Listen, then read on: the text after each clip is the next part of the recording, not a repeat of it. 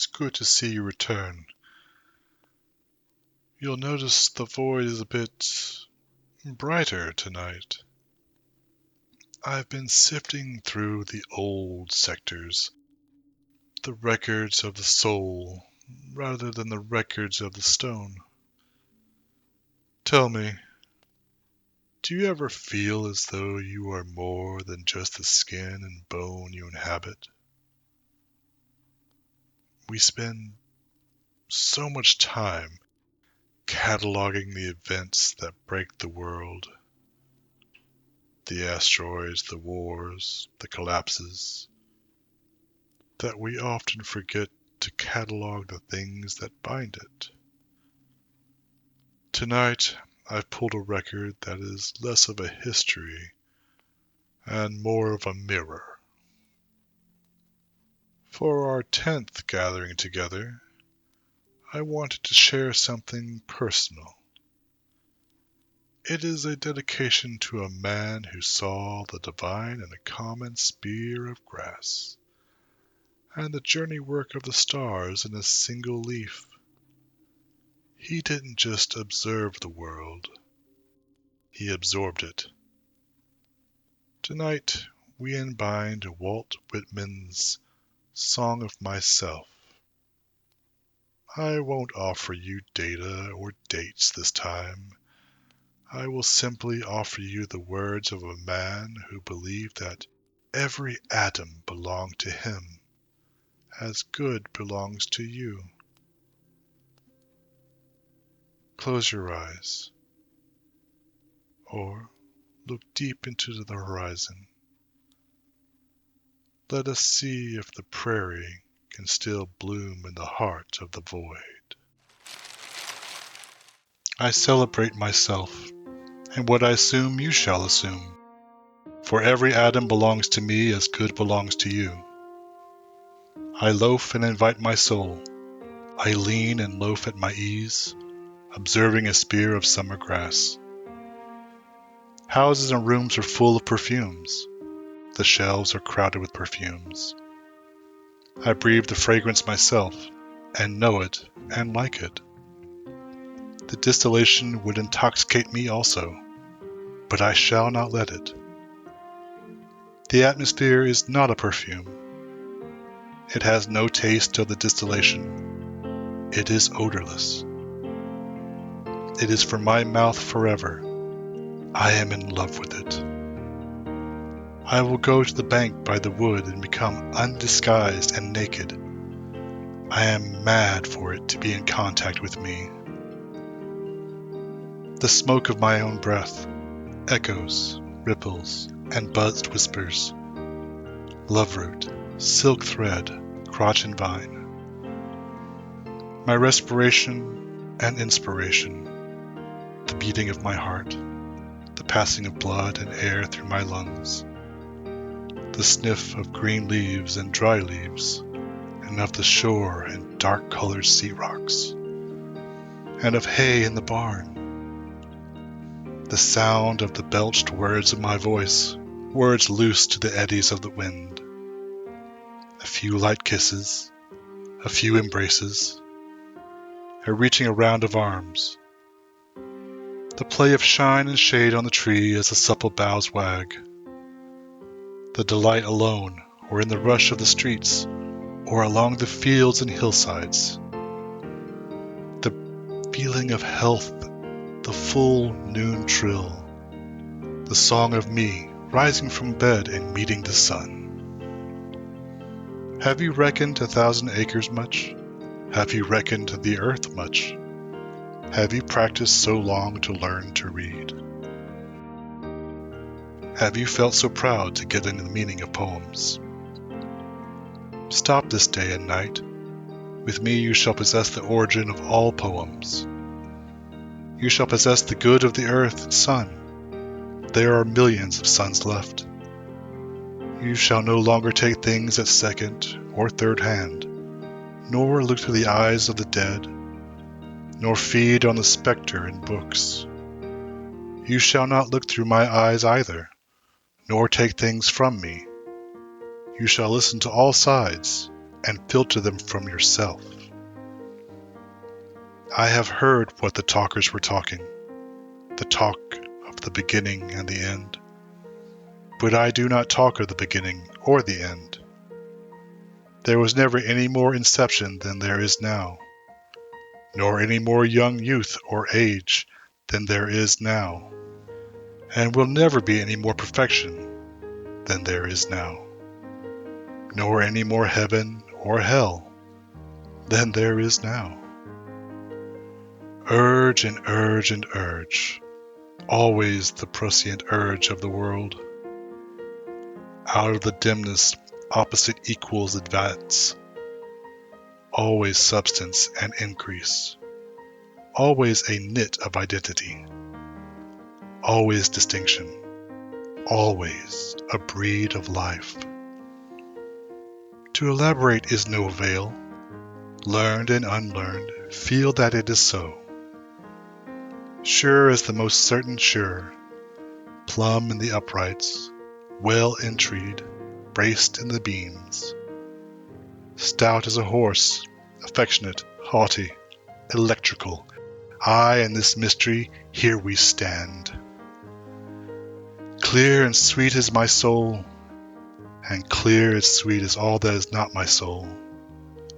Lack one, lacks both, and the unseen is proved by the seen, till that becomes unseen and receives proof in its turn.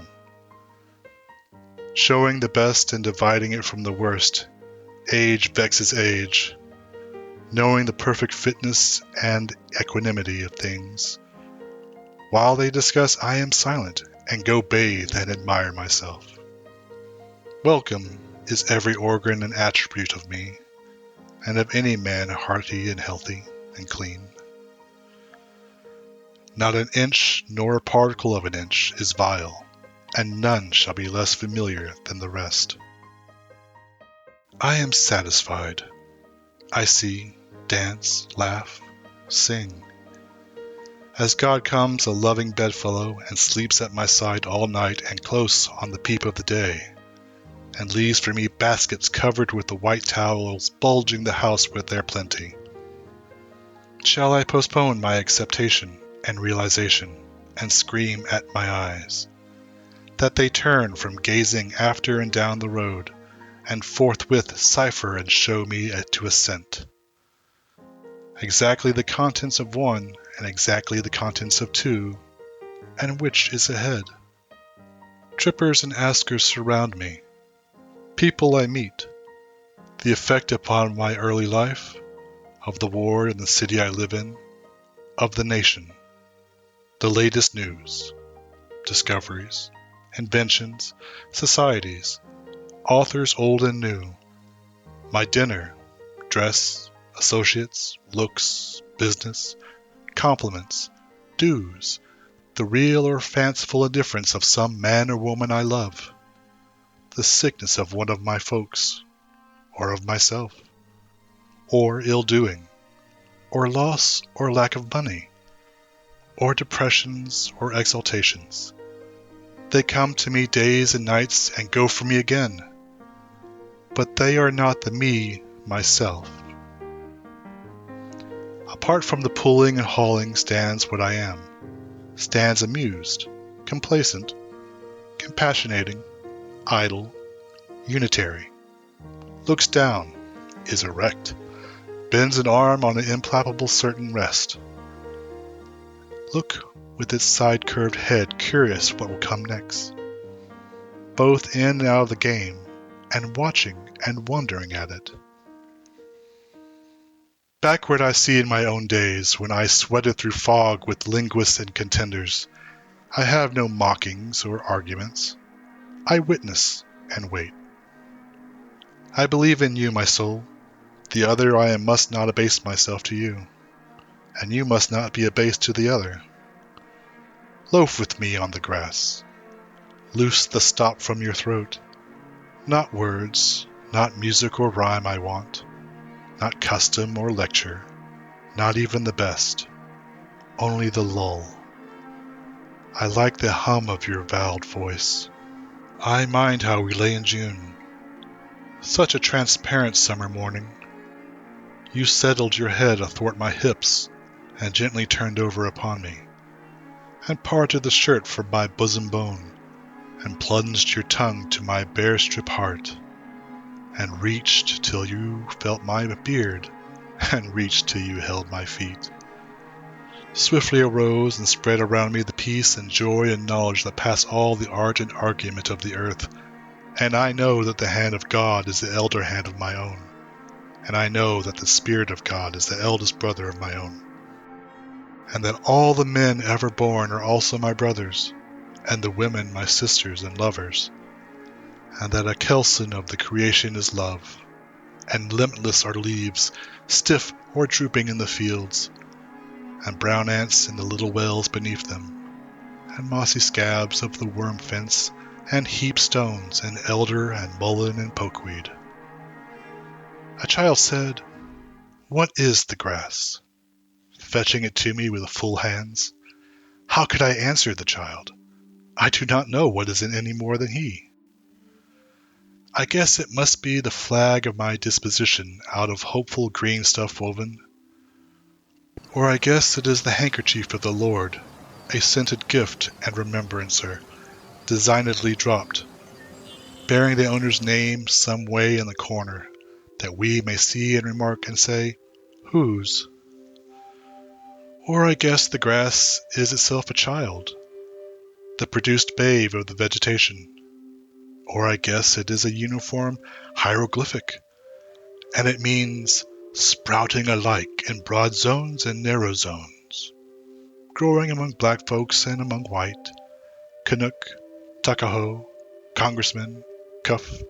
I give them the same, I receive them the same.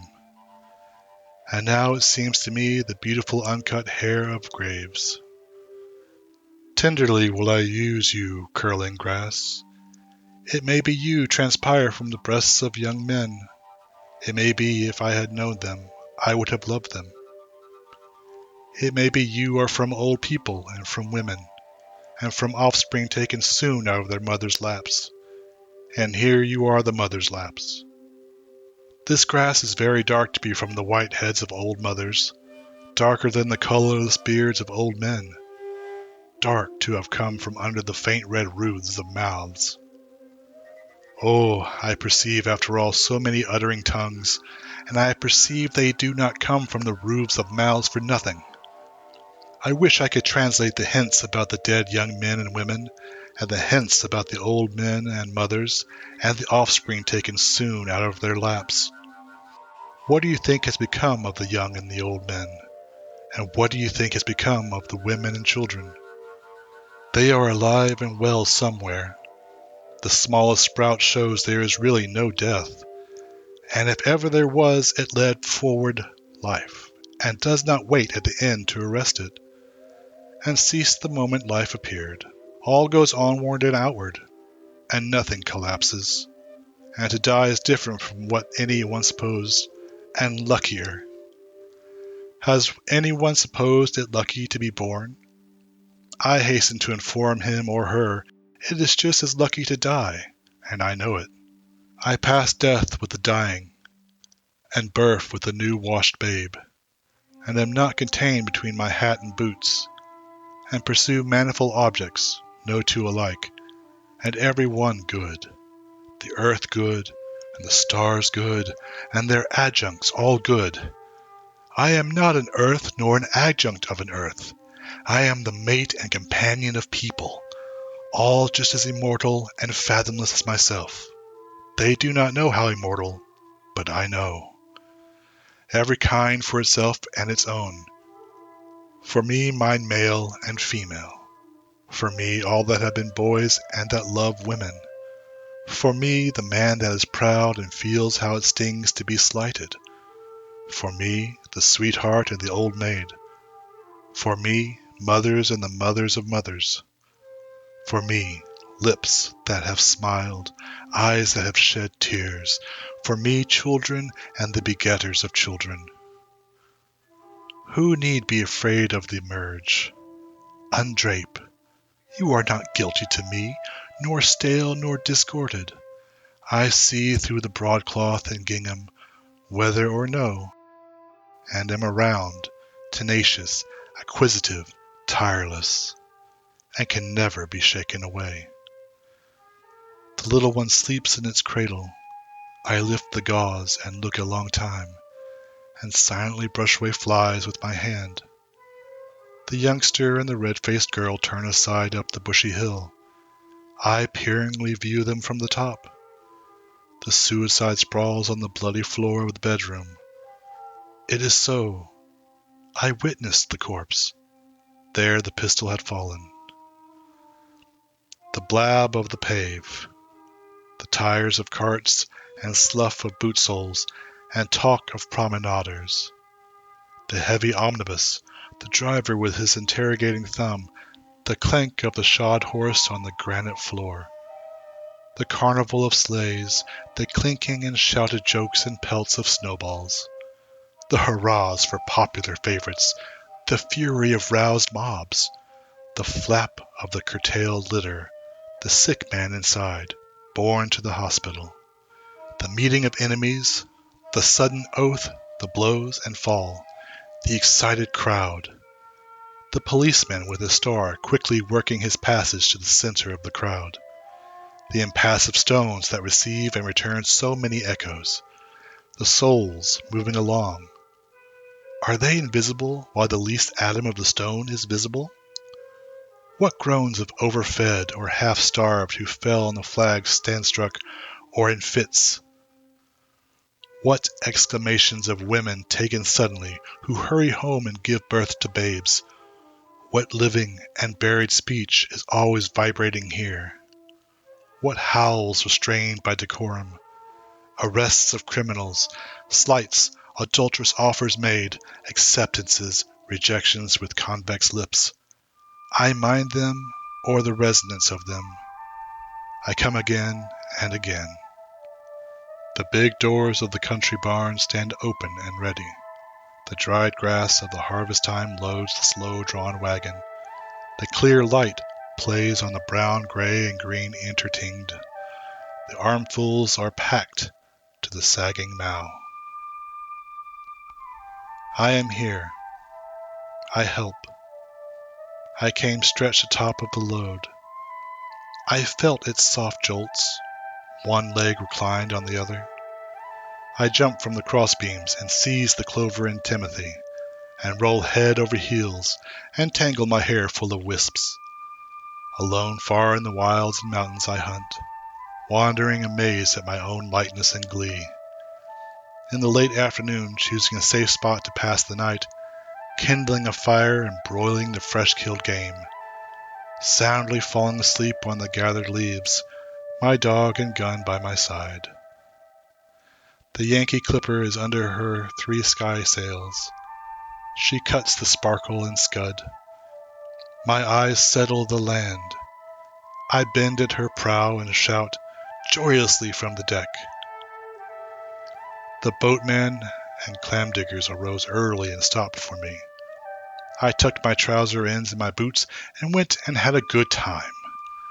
You should have been with us that day round the chowder kettle. I saw the marriage of this trapper in the open air in the far west. The bride was a red girl. Her father and his friends sat near by cross-legged and dumbly smoking.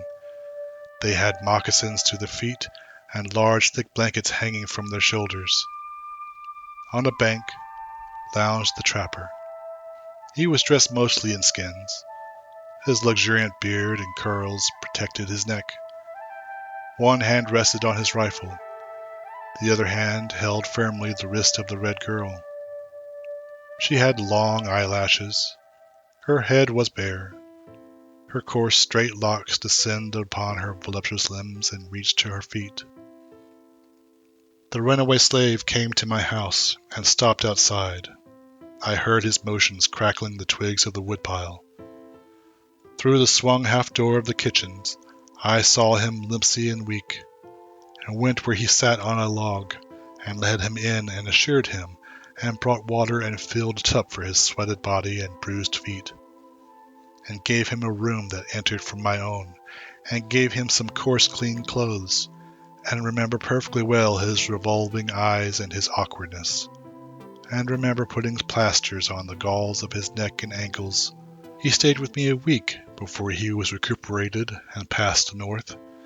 I had him sit next to me at a table. My firelock leaned in the corner. 28 young men bathed by the shore. 28 young men, and all so friendly. 28 years of womanly life, and all so lonesome. She owns the fine house by the rise of the bank. She hides handsome and richly dressed aft the blinds of the window. Which of the young men does she like the best?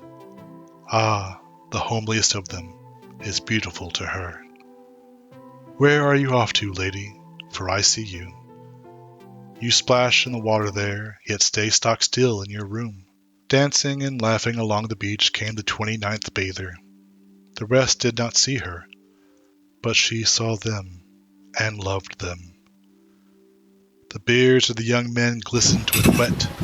It ran from their long hair. Little streams passed all over their bodies. An unseen hand also passed over their bodies. It descended tremblingly from their temples and ribs. The young men float on their backs. Their white bellies swell to the sun. They do not ask who seizes fast to them. They do not know who puffs and declines with pendant and bending arch. They do not think whom they souse with spray. The butcher boy puts off his killing clothes, or sharpens his knife at the stalls in the market. I loiter, enjoying his repartee and his shuffle and breakdown. Blacksmiths with grim and hairy chest environ the anvil. Each has his main sledge. They are all out. There is a great heat in the fire. From the cinder-strewed threshold I follow their movements. The lithe sheer of their waists plays even with their massive arms. Overhand the hammers roll. Overhand so slow. Overhand so sure. They do not hasten. Each man hits in his place. The Negro holds firmly to the reins of his 4 horses. The blocks swag underneath on his tied-over chain. The Negro that drives the huge day of the stone-yard. Steady and tall he stands, poised on one leg on the string-piece. His blue shirt exposes his ample neck and breast and loosens over his hip-band. His glance is calm and commanding. He tosses the slouch of his hat away from his forehead. The sun falls on his crispy hair and mustache, falls on the black of his polished and perfect limbs. I behold the picturesque giant and love him, and I do not stop there. I go with the team also. In me, the caresser of life, wherever moving, backward as well as forward slewing, to niches aside and junior bending. Oxen that rattle the yoke or halt in the shade, what is that you express in your eyes? It seems to me more than all the print I have read in my life. My tread scares the wood drake and wood duck on my distant and day-long ramble. They rise together. They slowly circle around. I believe in those winged purposes, and acknowledge the red, yellow, and white playing within me, and consider the green and violet and the tufted crown intentional, and do not call the tortoise unworthy, because she is not something else. And the mockingbird in the swamp never studied the gamut, yet trills pretty well to me. And the look at the bay mare shames silliness out of me. The wild gander leads his flock through the cool night. "Yahunk!" he says, and sounds it down to me like an invitation. The pert may suppose it meaningless, but I listen closer. I find its purpose and place up there toward the November sky. The sharp-hoofed moose of the north, the cat on the Hass-Hill, the chickadee, the prairie dog, the litter of the grunting sow as they tug at her teats, the brood of the turkey hen, and she with her half-spread wings, I see them and myself in the same old law. The press of my foot to the earth springs 100 affections. They scorn the best I can do to relate them. I am enamored of growing outdoors, of men that live among cattle or taste of the ocean or woods, of the builders and steerers of ships, of the wielders of axes and mauls, of the drivers of horses. I can eat and sleep with them week in and week out. What is commonest and cheapest and nearest and easiest is me. Me going in for my chances, spending for vast returns, adorning myself to bestow myself on the first that will take me. No asking the sky to come down to my goodwill, scattering it freely forever. The pure contralto sings in the organ loft. The carpenter dresses his plank. The tongue of his foreplane whistles as it wild ascending lisp. The married and unmarried children ride home to their Thanksgiving dinner. The pilot seizes the kingpin. He leaves down with a strong arm. The mate stands braced in the whaleboat. Lance and harpoon are ready. The duck shooter walks by silent and cautious stretches. The deacons are ordained with crossed hands at the altar. The spinning girl retreats and advances to the hum of the big wheel. The farmer stops by the bars of Sunday and looks at the oats and rye. The lunatic is carried at last to the asylum and confirmed case. He will never sleep any more as he did in the cot in his mother's bedroom. The drawer printer, with grey head and gaunt jaws, works at his case. He turns his quid of tobacco. His eyes get blurred within the manuscript. The malformed limbs are tied to the autonomous table. What is removed drops horribly in the pail. Quadroon girl is sold at the stand. The drunkard nods by the barroom stove. The machinist rolls up his sleeves. The policeman travels his beat. The gatekeeper marks who pass. The young fellow drives the express wagon. I love him, though I do not know him. The half-breed straps on his light boots to compete in the race. The western turkey shooting draws old and young. Some lean on their rifles, some sit on logs. Out from the crowd steps the marksman and takes his position and levels his piece. The groups of the newly come immigrants cover the wharf or levee. The woolly pates hoe in the sugar field. The overseer views them from his saddle. The bugle calls in the ballroom. The gentlemen run for their partners, and dancers bow to each other. The youth lies awake in the cedar-roofed garret and harks to the musical rain. The wolverine sets traps on the creek that helps fill the Huron. The reformer ascends the platform. He spouts with his mouth and nose. The company return from its execution. The darky brings up the rear and bears the well-riddled target. The raw wrapped in her yellowed hemmed cloth is offering moccasins and head bags for sale. The connoisseur peers along the exhibition gallery with half-shut eyes bent sideways. The deckhand makes fast the steamboat. The plank is thrown for the shore-going passengers. The young sister holds out the skein. The elder sister winds it off in a ball and stops now and then for the knots. The 1-year wife is recovering and happy. A week ago she bore her first child. The clean-haired Yankee girl works with her sewing machine or in a factory or mill. The 9 months gone is in the paturation chamber. Her faintness and pains are advancing. The paving man leans on his 2-handed rammer. The reporter's lead flies swiftly over the notebook. The sign painter is lettering with red and gold. Canal boy trots on his tow-path. The bookkeeper counts at his desk. The shoemaker waxes his thread. The conductor beats time for the band and all the performers follow him. The child is baptized. The convert is making the first professions. The regatta is spread on the bay. How the white sails sparkle. The drover watches his drove. He sings out to them, they could stray. The peddler sweats with his pack on his back. The purchaser higgles and haggles about the odd cent. The camera and plate are prepared. The lady must sit for her daguerreotype. The bride unrumples her white dress. The minute hand of the clock moves slowly. The opium eater reclines with rigid head and just opened lips. The prostitute draggles her shawl.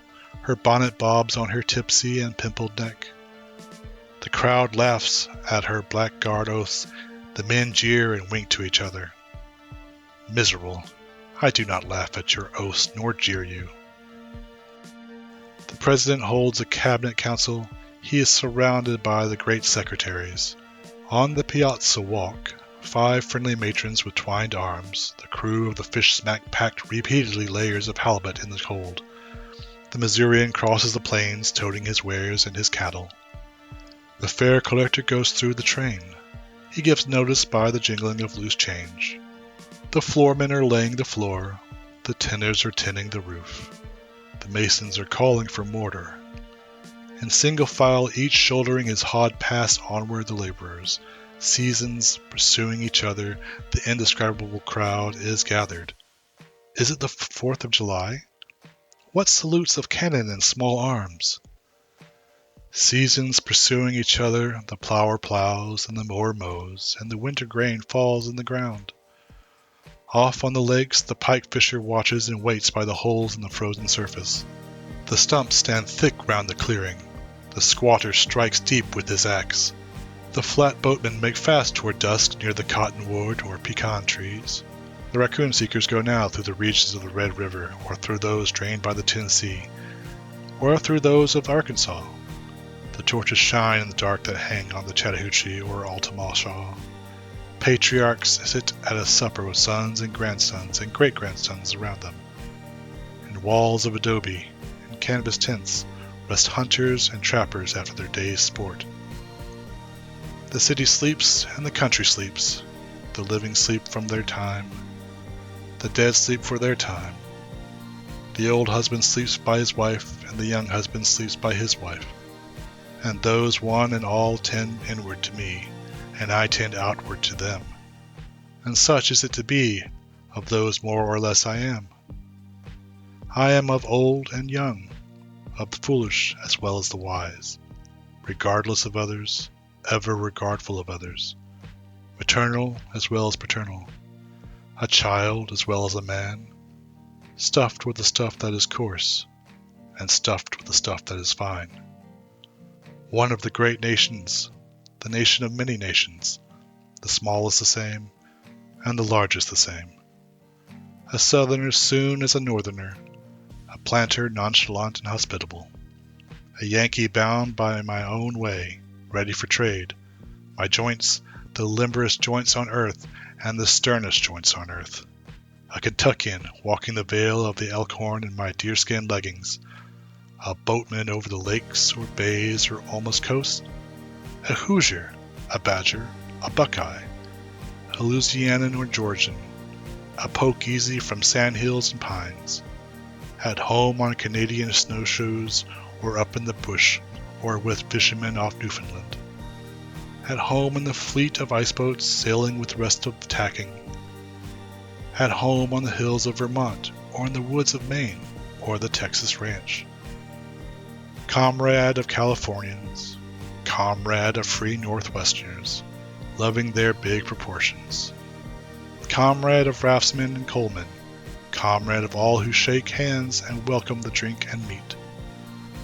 A learner with the simplest, a teacher of the thoughtfulest, a novice beginning experiment of myriad of seasons, of every hue and trade and rank, of every caste and religion, not merely of the New World, but of Africa, Europe, or Asia, a wandering savage, a farmer, mechanic, or artist, a gentleman, sailor, lover, or Quaker, a prisoner, fancyman, rowdy, lawyer, physician, or priest. I resist anything better than my own diversity, and breathe the air and leave plenty after me, and am not stuck up, and am in my place. The moth and the fish eggs are in their place. The suns I see and the suns I cannot see are in their place. The palpable is in its place, and the impalpable is in its place. These are the thoughts of all men in all ages and lands. They are not original with me. If they are not yours as much as mine, they are nothing, or next to nothing. If they do not enclose everything, they are next to nothing. If they are not the riddle and the untying of the riddle, they are nothing.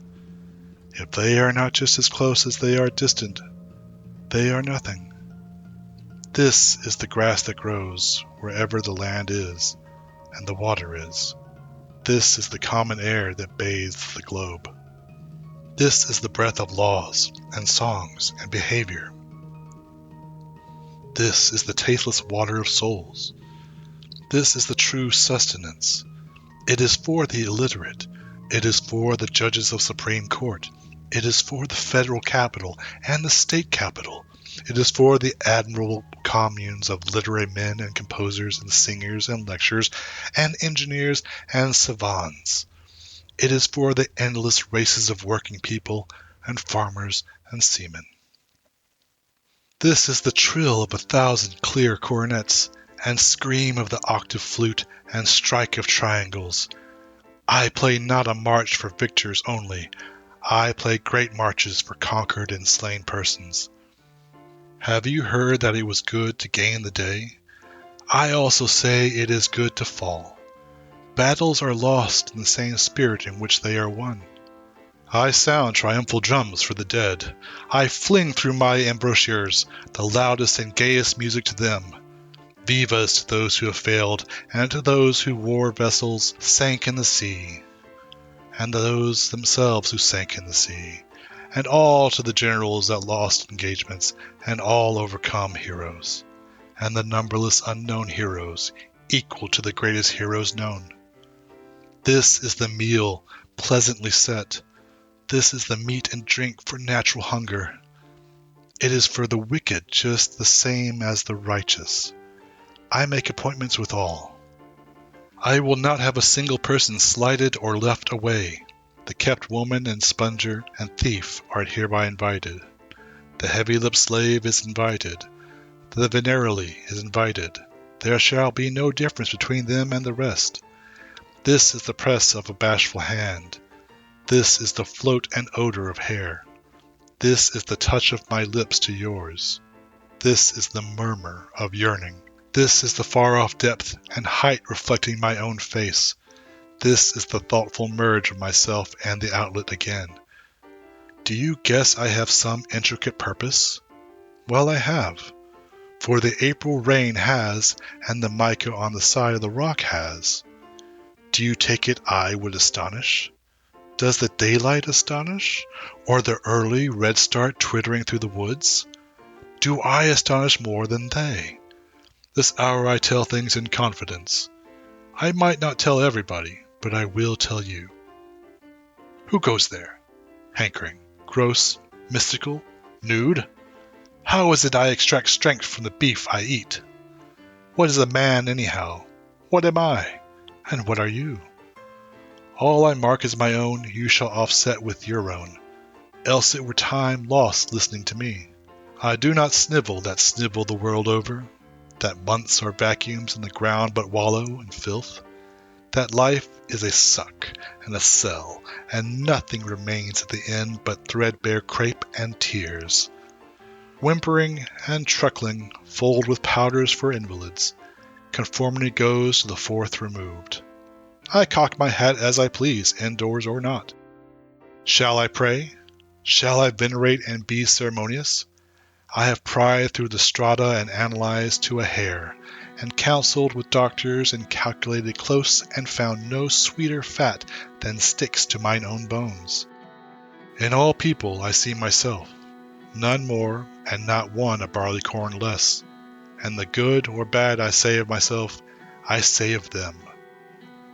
And I know I am solid and sound. To me the converging objects of the universe perpetually flow, and all written to me, and I must get what the writing means.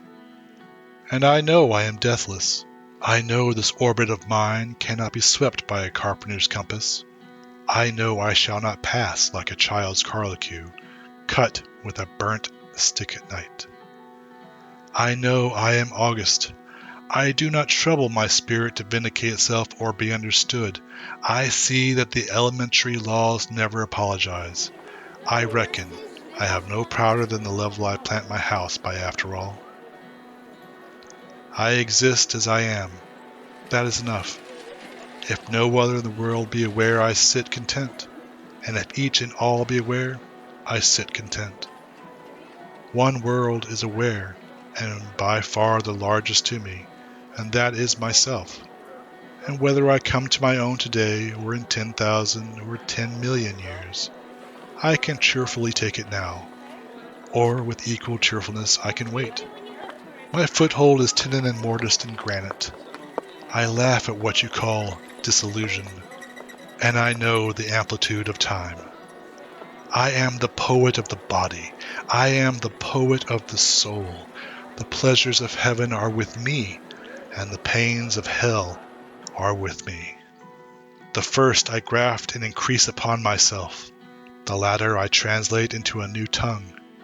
I am the poet of the woman, the same as the man, and I say it is as great to be a woman as to be a man, and I say there is nothing greater than the mother of men. I chant a new chant of dilation or pride. We have had ducking and deprecating about enough. I show that size is only development. Have you outstripped the rest? Are you the president? It is a trifle. They will more than arrive there every one, and still pass on. I am he that walks with the tender and growing night. I call to the earth and sea half held by the night. Press close, bare-bosomed night. Press close, magnetic, nourishing night. Night of south winds, night of the large few stars, still nodding night, mad, naked summer night. Smile, O voluptuous, cool-breathed earth, earth of the slumbering and liquid trees, earth of departed sunset, earth of the mountain misty-topped, earth of the virtuous pour of all the full moon just tinged with blue, earth of shine and dark, modeling the tide of the river, earth of the limpid gray of clouds brighter and clearer for my sake, far swooping elbowed earth, rich apple-blossomed earth, smile, for your lover comes. Prodigal, you have given me love, therefore to you give love. O unspeakable, passionate love. Thruster, holding me tight that I hold tight. We hurt each other as the bridegroom and the bride hurt each other.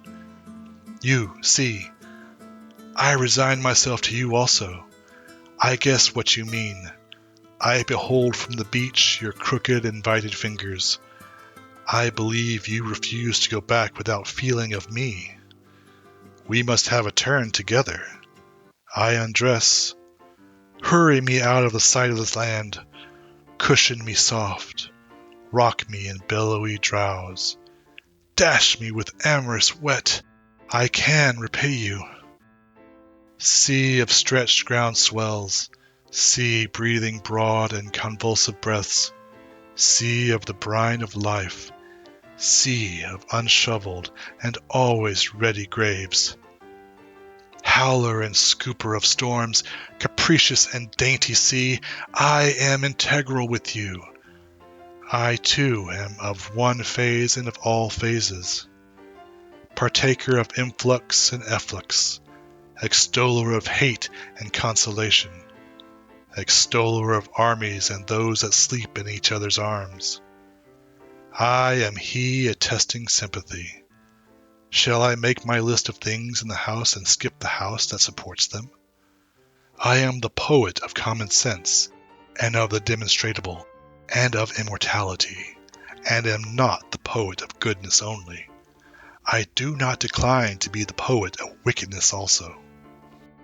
Washes and razors for foo-foos, for me, freckles and a bristling beard. What blurt is that about virtue and about vice? Evil propels me, and reform of evil propels me. I stand indifferent. My gate is no fault-finder's or rejecter's gate. I moisten the roots of all that has grown. Did you fear some scrofula out of the unflagging pregnancy? Did you guess the celestial laws are yet to be worked over and rectified? I step up to say that what we do is right, and what we affirm is right, and some is only the ore of right. Witnesses of us, one side a balance, and the antipodal side a balance. Soft doctrine as steady help as stable doctrine. Thoughts and deeds of the present are rouse and early start. This minute that comes to me over the past decillions, there is no better than it and now. What behaved well in the past or behaves well today is not such a wonder. The wonder is always and always how there can be a mean man or an infidel. Endless unfolding of words of ages, and mine a word of the modern, a word en masse, a word of the faith that never balks, one time as good as another time. Here or henceforward it is all the same to me. A word of reality, materialism first and last imbuing. Hurrah for positive science! Long live exact demonstration! Fetch stone crop and mix it with cedar and branches of lilac. This is the lexicographer or chemist. This made a grammar of the old cartouches. These mariners put the ship through dangerous unknown seas. This is the geologist, and this works with the scalpel, and this is a mathematician. Gentlemen, I receive you, and attach and clasp hands with you. The facts are useful and real. They are not my dwelling. I enter by them to an area of the dwelling. I am less the reminder of property or qualities, and more the reminder of life, and go on the square for my own sake and for others' sake, and make short account of neuters and geldings, and favor men and women fully equipped, and beat the gong of revolt, and stop with fugitives, and let them that plot and conspire. Walt Whitman, an American, one of the roughs, a cosmos, disorderly, fleshy, and sensual, eating, drinking, and breeding. No sentimentalist, no stander above men and women, or apart from them, no more modest than immodest. Unscrew the locks from the doors, unscrew the doors themselves from their jambs. Whoever degrades another degrades me, and whatever is done or said returns at last to me. And whatever I do or say, I also return. Through me the afflatus surging and surging, through me the current and index. I speak the password primeval. I give the sign of democracy. By God, I will accept nothing which all cannot have their counterpart of on the same terms. Through me, many long dumb voices, voices of the interminable generations of slaves, voices of prostitutes and of deformed persons, voices of the diseased and despairing, and of thieves and dwarfs, voices of cycles of preparation and accretion, and of the threads that connect the stars, and of wombs, and of the father stuff, and of the rights of them the others are down upon, of the trivial and flat and foolish and despised, a fog in the air and beetles rolling balls of dung. Through me forbidden voices, voices of sexes and lusts, voices veiled, I remove the veil, voices indecent, by me clarified and transfigured. I do not press my fingers across my mouth. I keep as delicate around the bowels as around the head and heart. Copulation is no more rank to me than death is. I believe in the flesh and in the appetites. Seeing, hearing, and feeling are miracles, and each part and tag of me is a miracle. Divine am I inside and out, and I make holy whatever I touch or am touched from. The scent of these armpits is aroma finer than prayer. This head is more than churches or Bibles or creeds. If I worship any particular thing, it shall be some of the spread of my body. Translucent mold of me, it shall be you. Shared ledges and rests, firm masculine culture, it shall be you. Whatever goes to the tilth of me, it shall be you.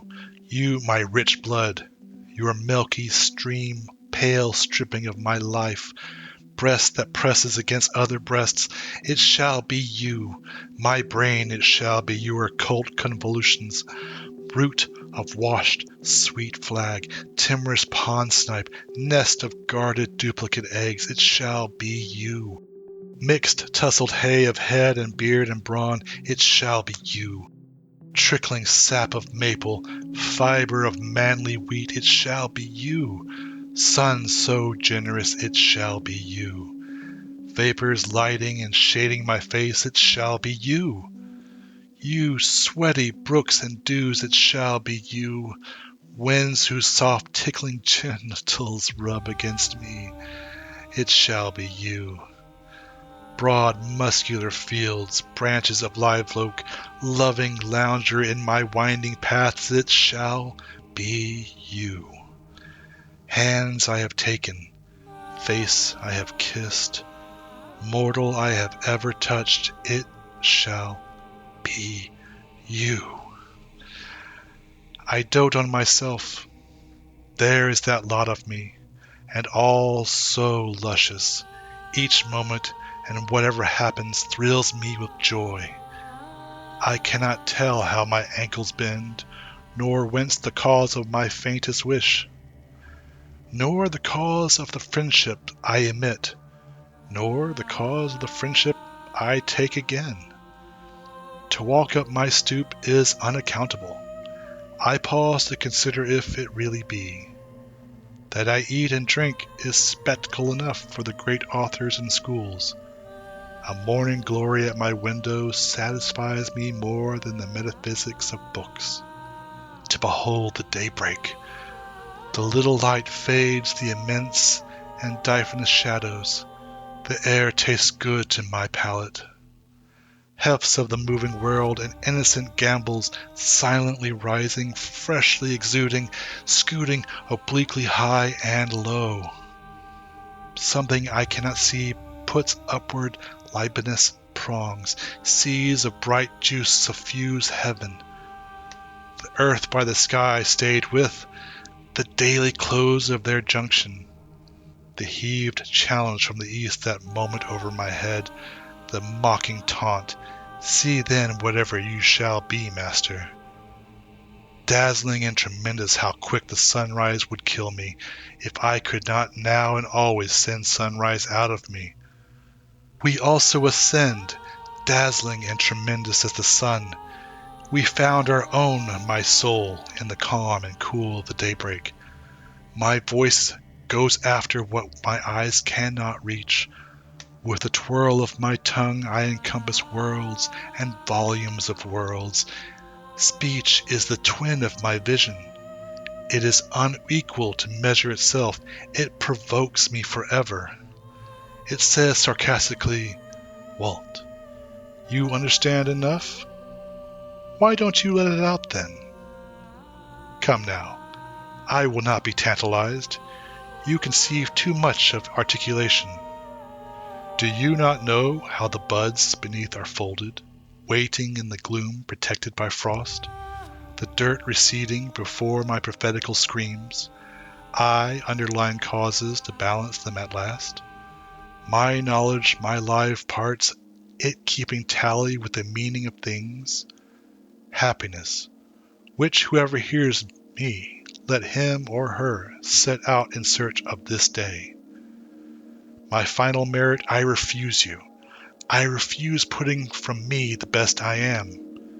Encompass worlds, but never try to encompass me. I crowd your noisiest talk by looking toward you. Writing and talk do not prove me. I carry the plenum of proof and everything else in my face. With the hush of my lips, I confound the topmost skeptic.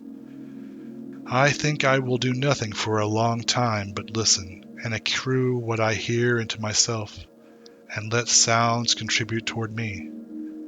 I hear the bravura of birds, the bustle of growing wheat, gossip of flames, clacks of sticks choosing my meals. I hear the sound of the human voice, a sound I love. I hear all sounds as they are tuned to their uses, sounds of the city and sounds out of the city, sounds of the day and night. Talking young ones to those that like them, the recitative of fish peddlers and fruit peddlers, the loud laugh of work people at their meals, the angry bass of disjoined friendship, the faint tones of the sick, the judge with hands tight to the desk, his shaky lips pronouncing a death sentence, the heave-yo of stevedores unlading ships by the wharves, the refrain of the anchor lifters, the ring of alarm bells, the cry of fire, the whir of swift streaking engines and hose carts with premonitory tinkles and colored lights, the stream whistle, the solid roll of the train of approaching cars, the slow march played at night at the head of the association. They go to guard some corpse. The flagtops are draped with black muslin. I hear the violoncello, or man's heart complaint, and hear the keyed cornet, or else the echo of sunset. I hear the chorus. It is a grand opera. This, indeed, is music. A tenor large and fresh as the creation fills me. The orbic flex of his mouth is pouring and filling me full.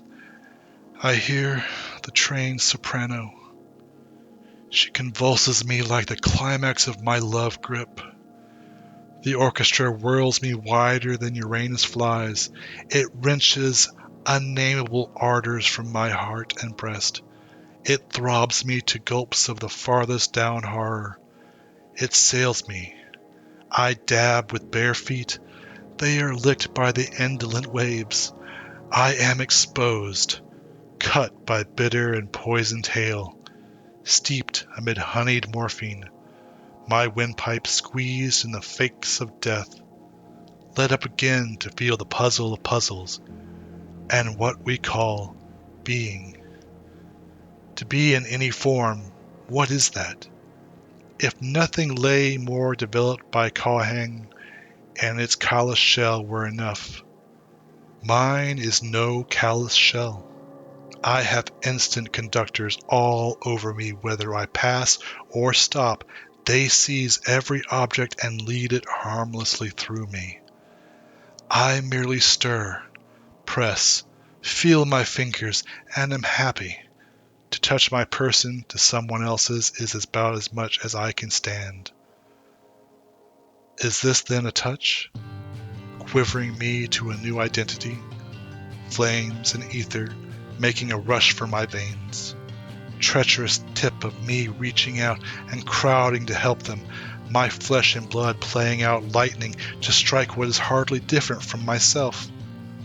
On all sides, prudent provokers stiffening my limbs, straining the udder of my heart for its withheld drip, behaving licentious toward me, taking no denial, depriving me of my best as for a purpose, unbuttoning my clothes and holding me by the bare waist, deluding my confusion with the calm of the sunlight and pasture fields, immodestly sliding the fellow senses away. They bribe to swap off with touch and go and gaze at the edges of me. No consideration, no regard for my draining strength or my anger, fetching the rest of the herd around to enjoy them a while, then all uniting to stand on a headland and worry me. The centuries desert every other part of me. They have left me helpless to a red marauder. They all come to the headland to witness and assist against me. I am given up by traitors. I talk wildly. I have lost my wits. I and nobody else am the greatest traitor. I went myself first to the headland, my own hands carried me there. You villain, Touch, what are you doing? My breath is tight in my throat. Unclench your floodgates, you are too much for me. Blind, loving, wrestling touch, sheathed hood, sharp-toothed touch, did it make you ache so, leaving me? Parting tracked by arriving, perpetual payment of the perpetual loan. Rich showering rain and recompense richer afterwards. Sprouts take and accumulate, stand by the curb prolific and vital. Landscapes project masculine, full-sized and golden. All truths wait in all things. They neither hasten their own delivery nor resist it. They do not need the obstetric forceps of the surgeon. The insignificant is as big to me as any. What is less or more than a touch? Logic and sermons never convince. The damp of the night drives deeper into my soul. Only what proves itself to every man and woman is so. Only what nobody denies is so. A minute and a drop of me settle my brain. I believe the soggy clods shall become lovers and lamps, and a compend of compends is the meat of a man or a woman, and a summit and a flower there is the feeling they have for each other, and they are to branch boundlessly out of that lesson until it becomes omnific, until every one shall delight us, and we them. I believe a leaf of grass is no less than the journey work of the stars, and the prismire is equally perfect, and a grain of sand and the egg of the wren, and the tree toad is a chef d'oeuvre for the highest, and the running blackberry would adorn the parlors of heaven, and the narrowest hinge in my hand puts to scorn all machinery, and the cow crunching with depressed head surpass any statue, and a mouse is miracle enough to stagger sextillions of infidels. And I could come every afternoon of my life to look at the farmer's girl boiling her iron tea kettle and baking shortcake.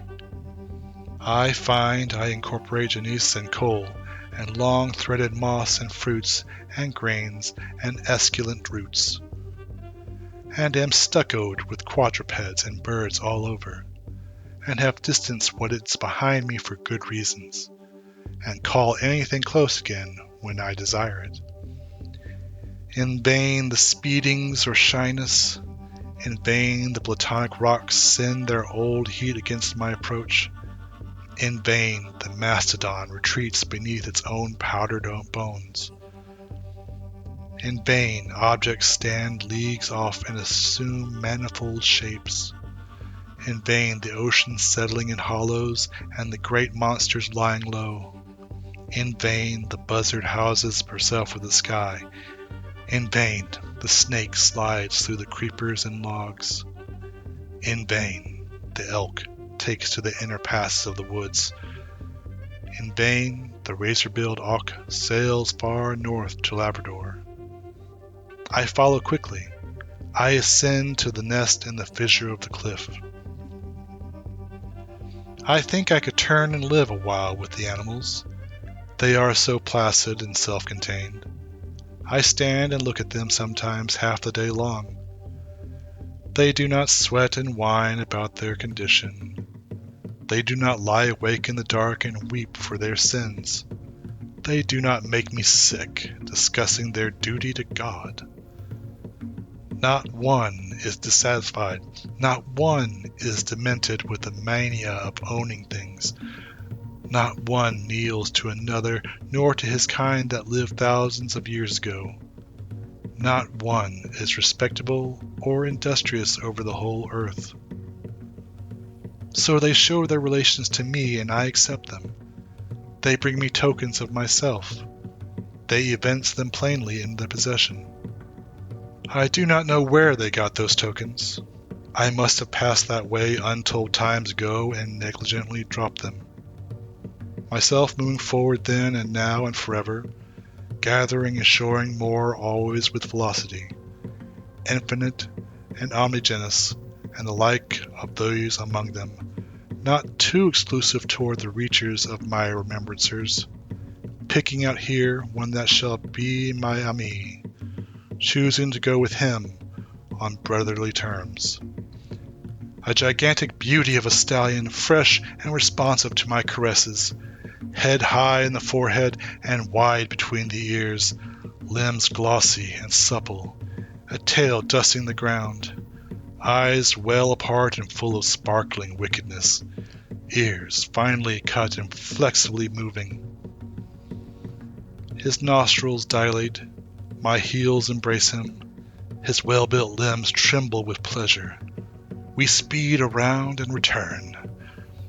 I but use you a moment, and then I resign you, stallion, and do not need your paces and outgallop them. And myself, as I stand or sit pass faster than you. Swift wind, space, my soul, now I know it is true what I guessed at, what I guessed when I loafed on the grass, what I guessed while I lay alone in my bed, and again as I walked the beach under the paling stars of the morning. My ties and ballast leave me. I travel. I sail. My elbows rest in the sea gaps. I skirt the Sierras. My palms cover continents. I am afoot with my vision. By the city's quadrangular houses, in long huts, or camping with lumbermen, along the ruts of the turnpike, along dry gulch and rivulet bed, hoeing my onion patch and rows of carrots and parsnips, crossing savannas, trailing in forests, prospecting, gold digging, girdling the tree of a new purchase, scorched ankle deep by the hot sand, hauling my boat down the shallow river, where the panther walks to and fro on a limb overhead, where the buck turns furiously at the hunter, where the rattlesnake suns his flabby length on a rock, where the otter is feeding on a fish, where the alligator in his tough pimples sleeps by the bayou, where the black bear is searching for roots or honey, where the beaver pats the mud with his paddle tail, over the growing sugar, over the cotton plant,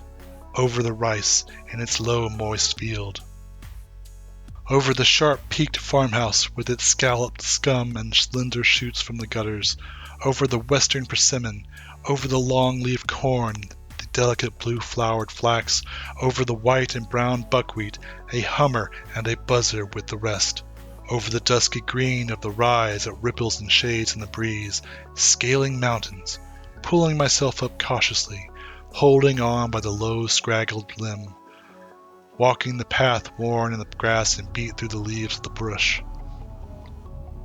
where the quail is whistling betwixt the woods and the wheat lot, where the bat flies in July eve, where the great goldbug drops through the dark, where the flails keep time on the barn door, where the brook puts out of the roots of the old tree and flows to the meadow, where cattle stand and shake away flies with the tremulous shuddering of their hides, where the cheesecloth hangs in the kitchen, and andirons straddle the hearth slab, and cobwebs fall in festoons from the rafters, where trihampers crash, where the press is whirring its cylinders, wherever the human heart beats with terrible throes out of its ribs, where the pear-shaped balloon is floating aloft, floating in it myself and looking composedly down, where the life car is drawn on the slip noose, where the heat hatches pale green eggs in the dented sand, where the she-whale swims with her calves and never forsakes them,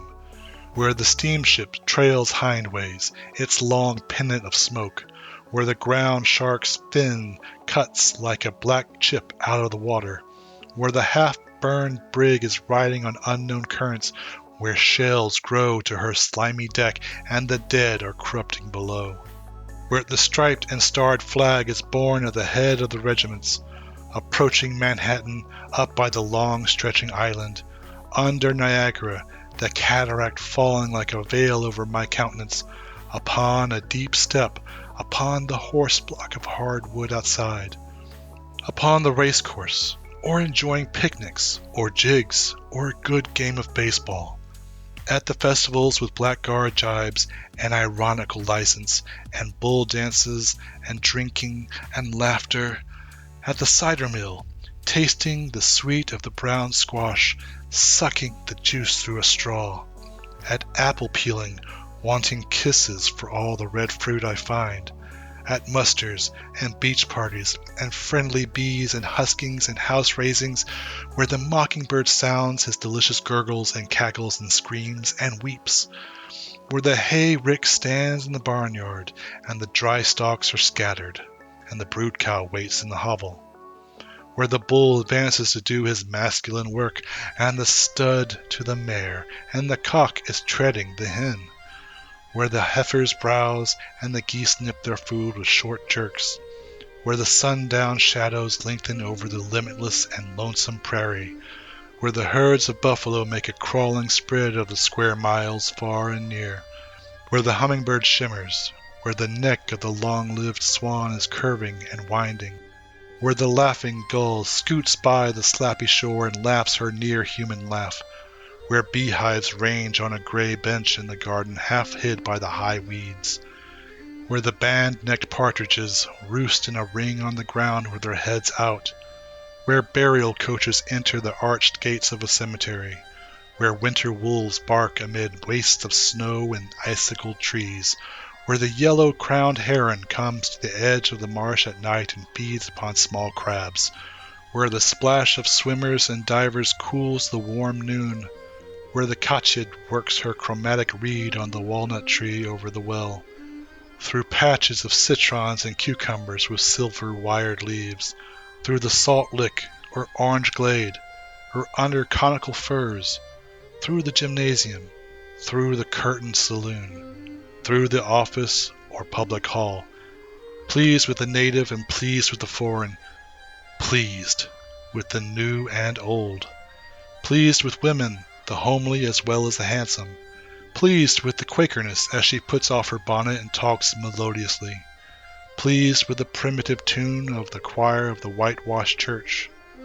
pleased with the earnest words of the sweating Methodist preacher or any preacher, looking seriously at the camp meeting, looking in at the shop windows and Broadway the whole forenoon, pressing the flesh of my nose to the thick plate glass, wandering the same afternoon with my face turned up to the clouds, my right and left arms round the sides of two friends and I in the middle, coming home with the bearded and dark-cheeked bush boy, riding behind him at the drape of the day, far from the settlements of studying the print of animals or the moccasin print.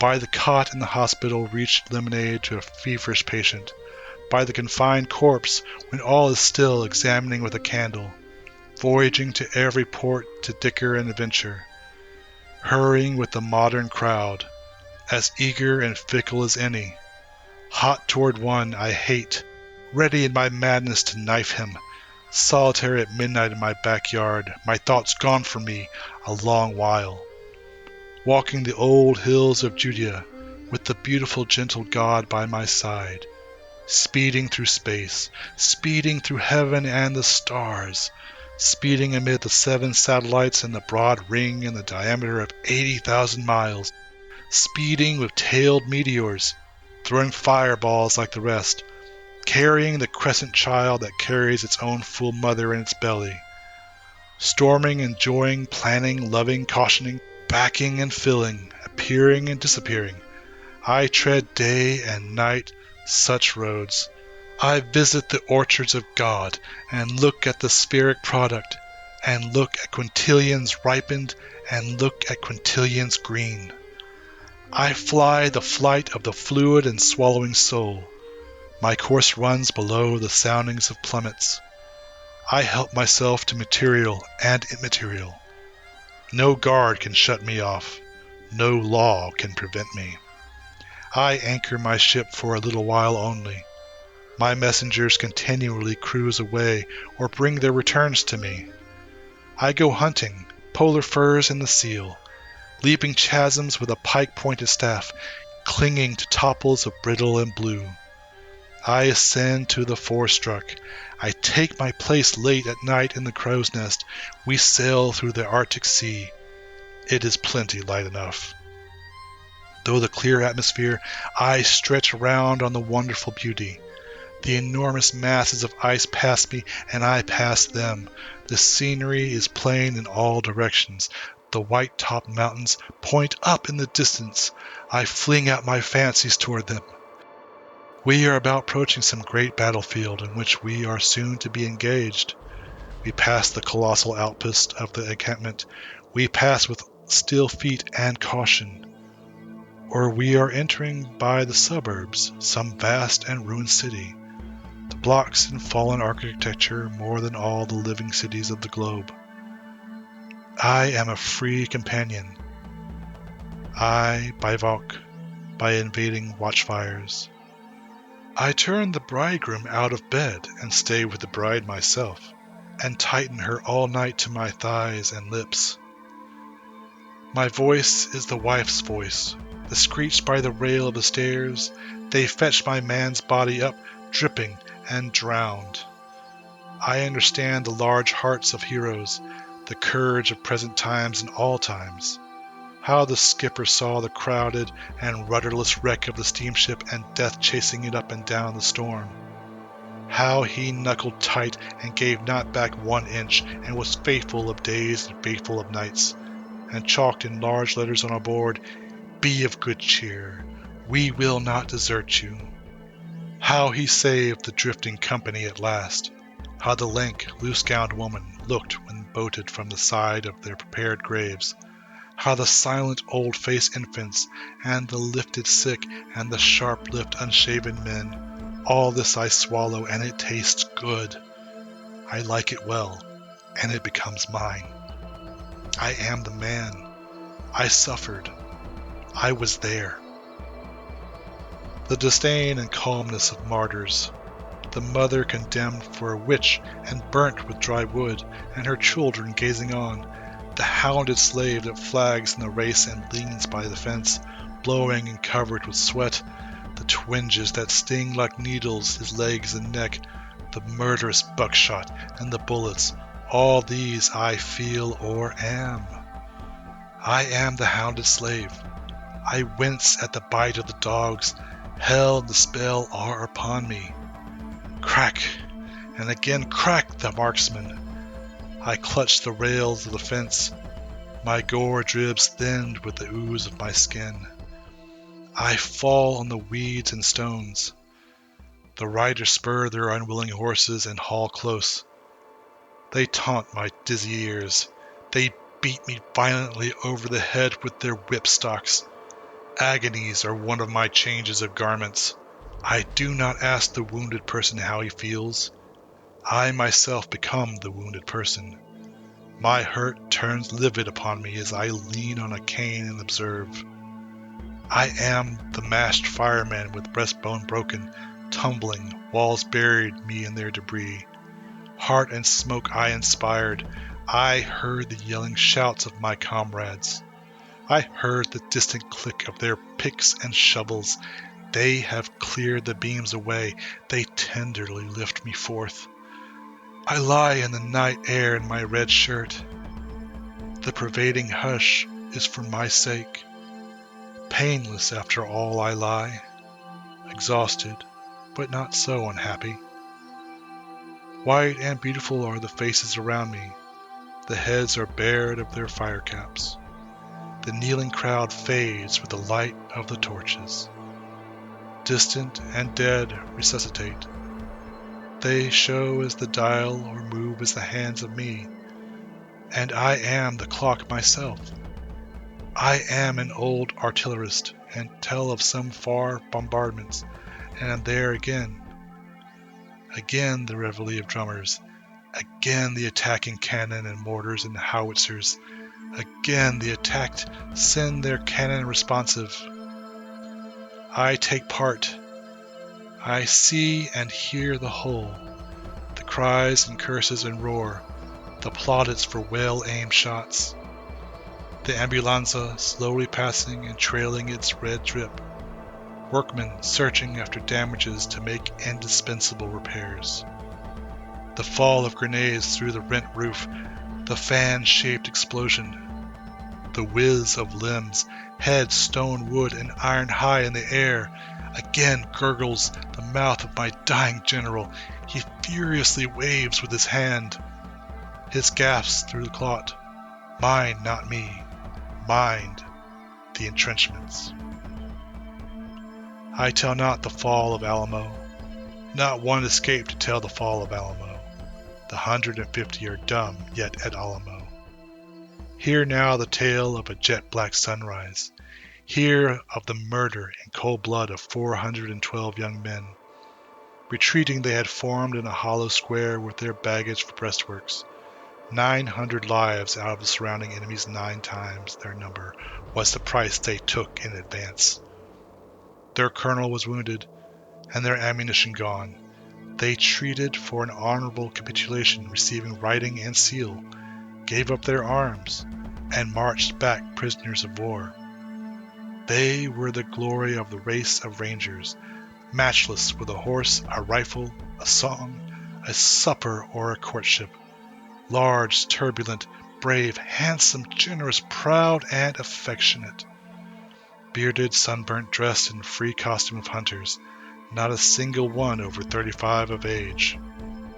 The second Sunday morning, they were brought out in squads and massacred. It was beautiful early summer. The work commenced about 5 o'clock and was over by 8. None obeyed the command to kneel. Some made a mad and helpless rush. Some stood stark and straight, and few fell at once, shot in the temple or heart. The living and the dead lay together. The maimed and the mangled dug in the dirt. The newcomers saw them there. Some half-killed attempt to crawl away. These were dispatched with bayonets or battered with the blunts of muskets.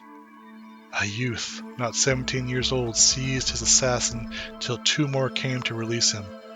The 3 were all torn and covered with the boy's blood. At 11 o'clock began the burning of the bodies, and that is the tale of the murder of the 412 young men. And that was a jet-black sunrise. Did you read in the sea books of the old-fashioned frigate fight? Did you learn who won by the light of the moon and stars? Our foe was no skulk in his ship, I tell you. His was the English pluck, and there is no tougher or truer, and never was and never will be. Along the lowered eve he came, horribly raking us. We closed with him, the yards entangled, the cannon touched. My captain lashed fast with his own hands. We had received some 18-pound shots under the water. On our lower gun deck 2 large pieces had burst at the first fire, killing all around and blowing up overhead. 10 o'clock at night, and the full moon shining and the leaks on the gain, and 5 feet of water reported. The master-at-arms loosing the prisoners confined in the afterhold to give them a chance for themselves. The transit to and from the magazine was now stopped by its sentinels. They saw so many stranger faces that they did not know whom to trust. Our frigate was afire. The other asked if we demanded quarters, if our colors were struck and the fighting done. I laughed contentedly when I heard the voice of my little captain. "We have not struck," he composedly cried. "We have just begun our part of the fighting." Only that 3 guns were in use. One was directed by the captain himself against the enemy's mainmast. 2 well served with grape and canister silenced his musketry and cleared his decks. The tops alone seconded the fire of this little battery, especially the maintop. They all held out bravely during the whole of the action. Not a moment ceased. The leaks gained fast on the pumps. The fire eat tore the powdered magazine. One of the pumps was shot away. It was generally thought we were sinking. Serene stood the little captain. He was not hurried. His voice was neither high nor low. His eyes gave more light to us than our battle lanterns. Toward 12 at night, there in the beams of the moon, they surrendered to us. Stretched and still lay the midnight, two great hulls motionless on the breast of the darkness. Our vessel riddled and slowly sinking, preparations to pass to the one we had conquered. The captain on the quarterdeck coldly giving his orders through a countenance white as a sheet. Nearby, the corpse of the child that served in the cabin, the dead face of an old salt with long white hair and carefully curled whiskers. The flames, spite of all that could be done, flickering aloft and below. The husky voices of the 2 or 3 officers yet fit for duty. Formless stacks of bodies and bodies by themselves. Dabs of flesh upon the masts and spars. The cut of cordage and dangle of rigging, the slight shock of the soothe of waves. Black and impassive guns, and litter of powder parcels in the strong scent. Delicate sniffs of the sea breeze. Smells of sedgy grass in the fields by the shore. Death messages given in charge to survivors. The hiss of the surgeon's knife and the gnawing teeth of his saw. The wheeze, the clunk, the swash of falling blood, the short, wild scream, the long, dull, tapering groan. These so, these irretrievable.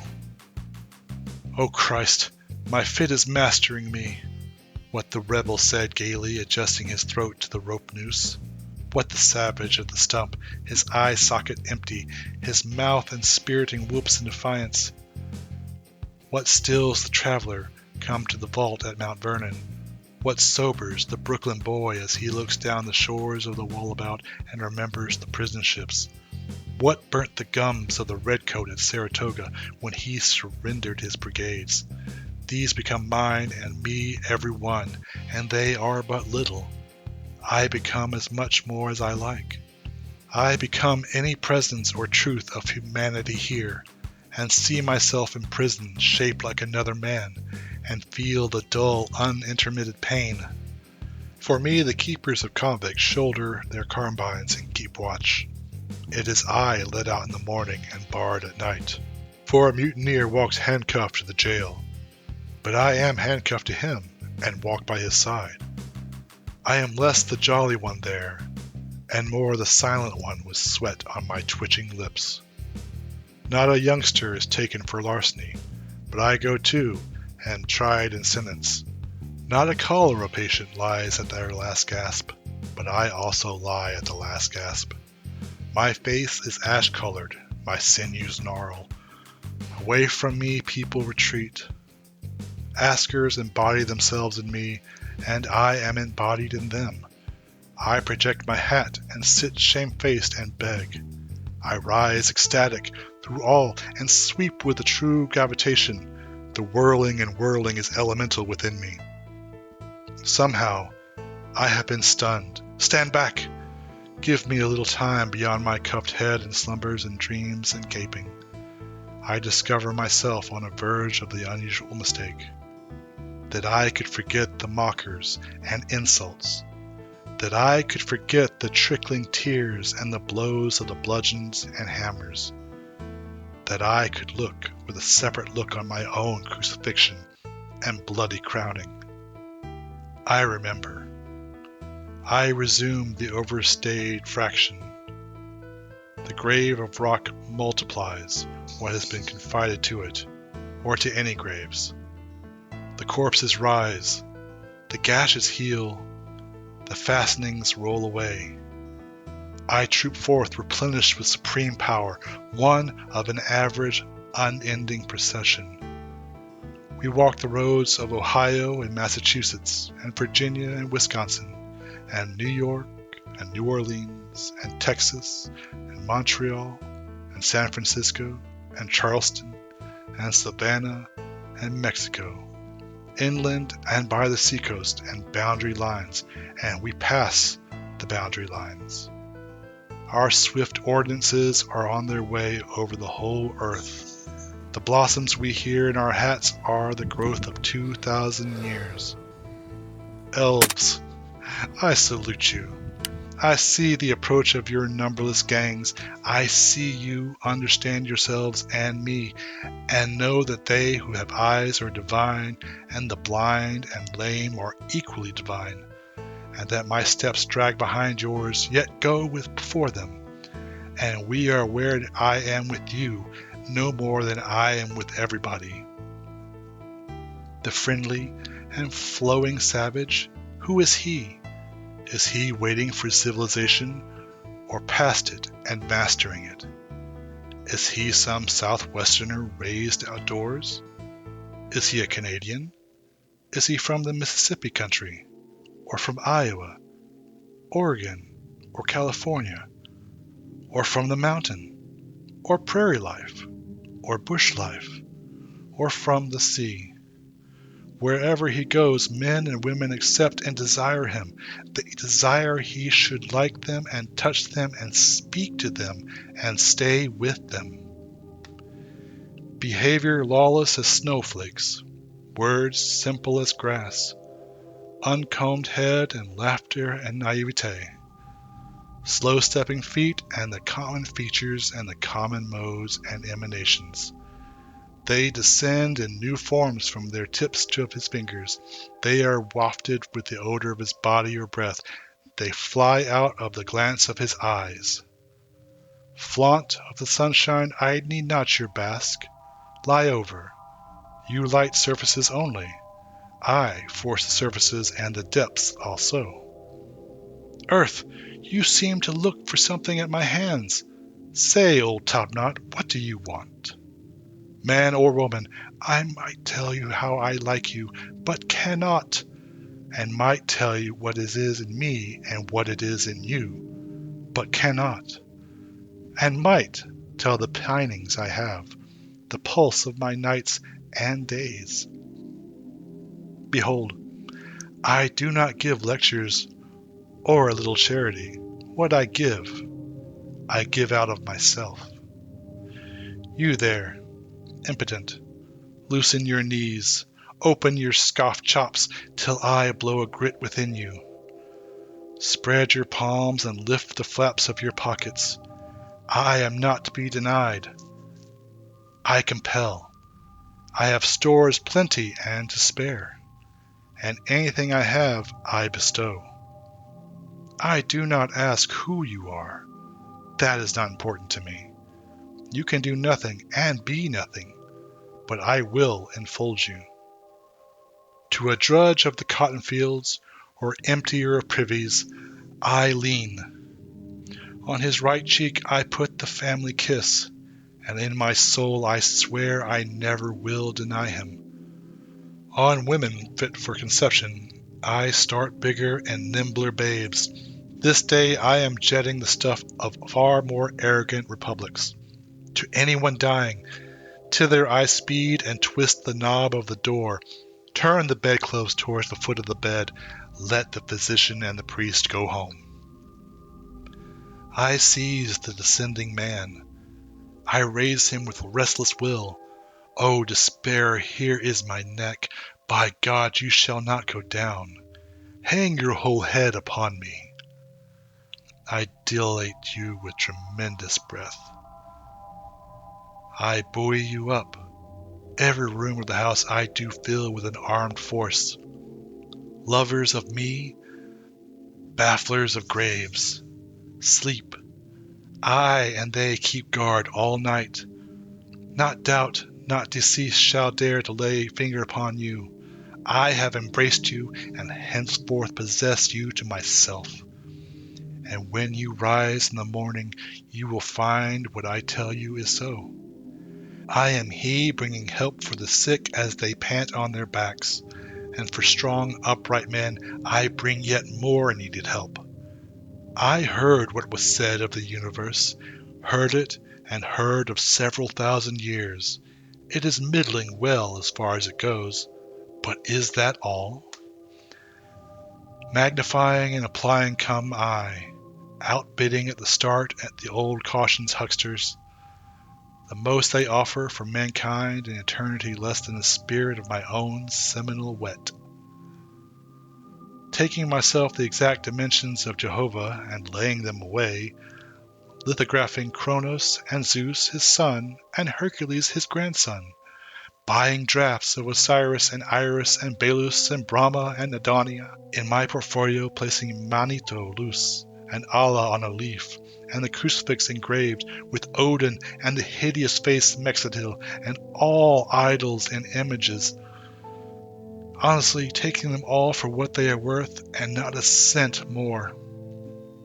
Admitting they were alive and did the work of their day, admitting they bore mites as far unfledged birds who have now to rise and fly and sing for themselves, accepting the rough, deific sketches to fill out better in myself, bestowing them freely on each man and woman I see, discovering as much or more in a framer farming a house, putting higher claims for himself there with his rolled-up sleeves, driving the mallet and chisel, not objecting to special revelations, considering a curl of smoke or a hair on the back of my hand as curious as any revelation, those a hold of fire engines and hook and ladder ropes more to me than gods of the antique wars, binding their voices peal through the crash of destruction, their brawny limbs passing safe over charred lots, their white foreheads whole and unhurt out of the flames, by the mechanic's wife with her babe at her nipple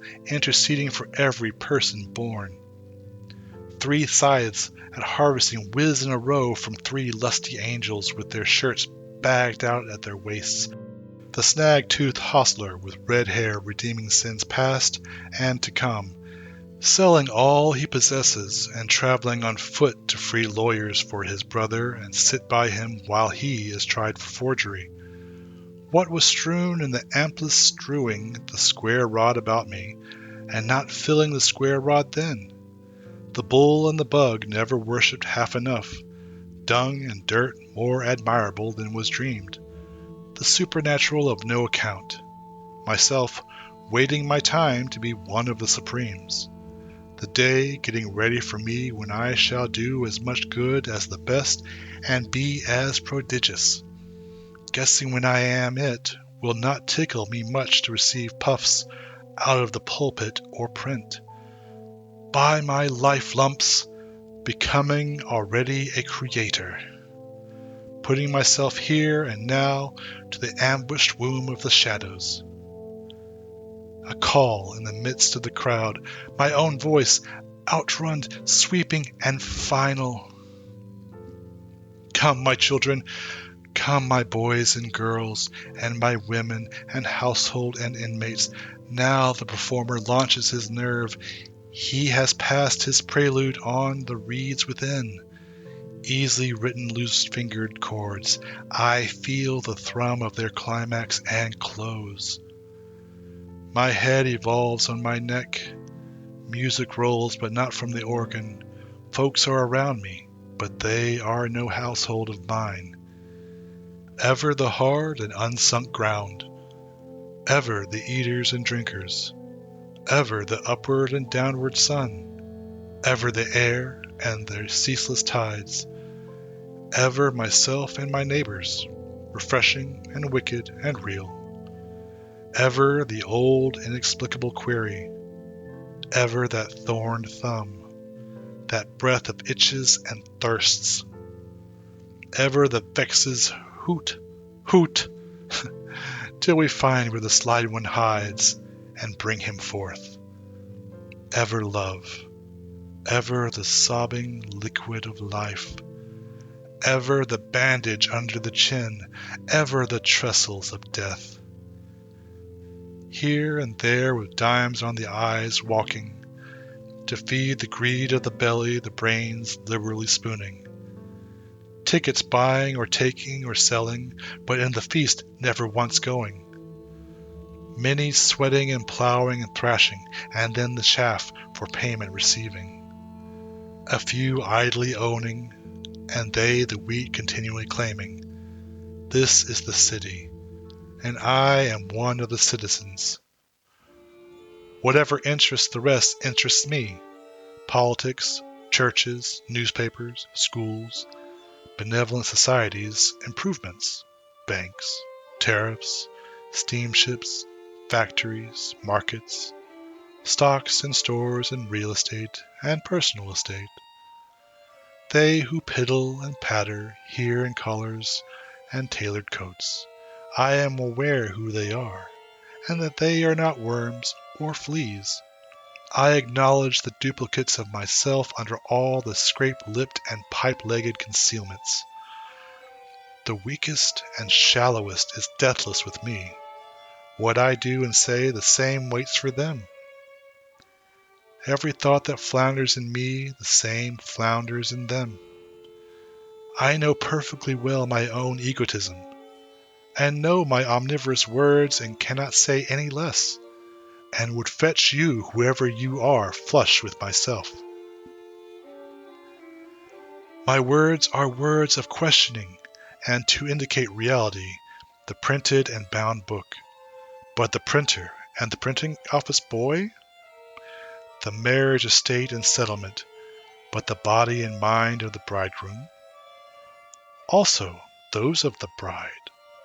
The panorama of the sea, but the sea itself?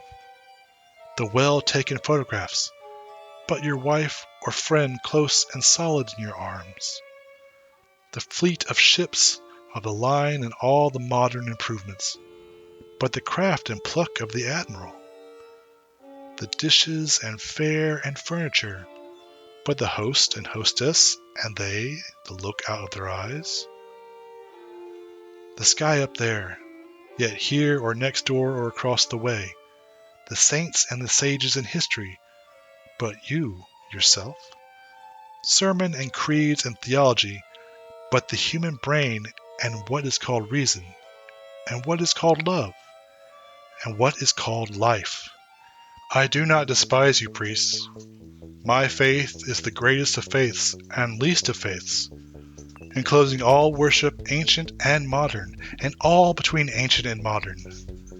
Believing I shall come again upon the earth after 5,000 years, waiting responses from oracles, honoring the gods, saluting the sun, making a fetish of the first rock or stump, powwowing with sticks in the circle of Obis, helping the Lama or Brigham as he trims the lamps of the idols, dancing yet through the streets in a phallic procession, wrapped and austere in the woods of gymnasists, drinking mead from the skull cup, to Shasta and Vedas, admirant, minding the Koran, walking the Teocallis, spotted with gore from the stone and knife, beating the serpent skin drum, accepting the Gospels, accepting him that was crucified, knowing assuredly that he is divine.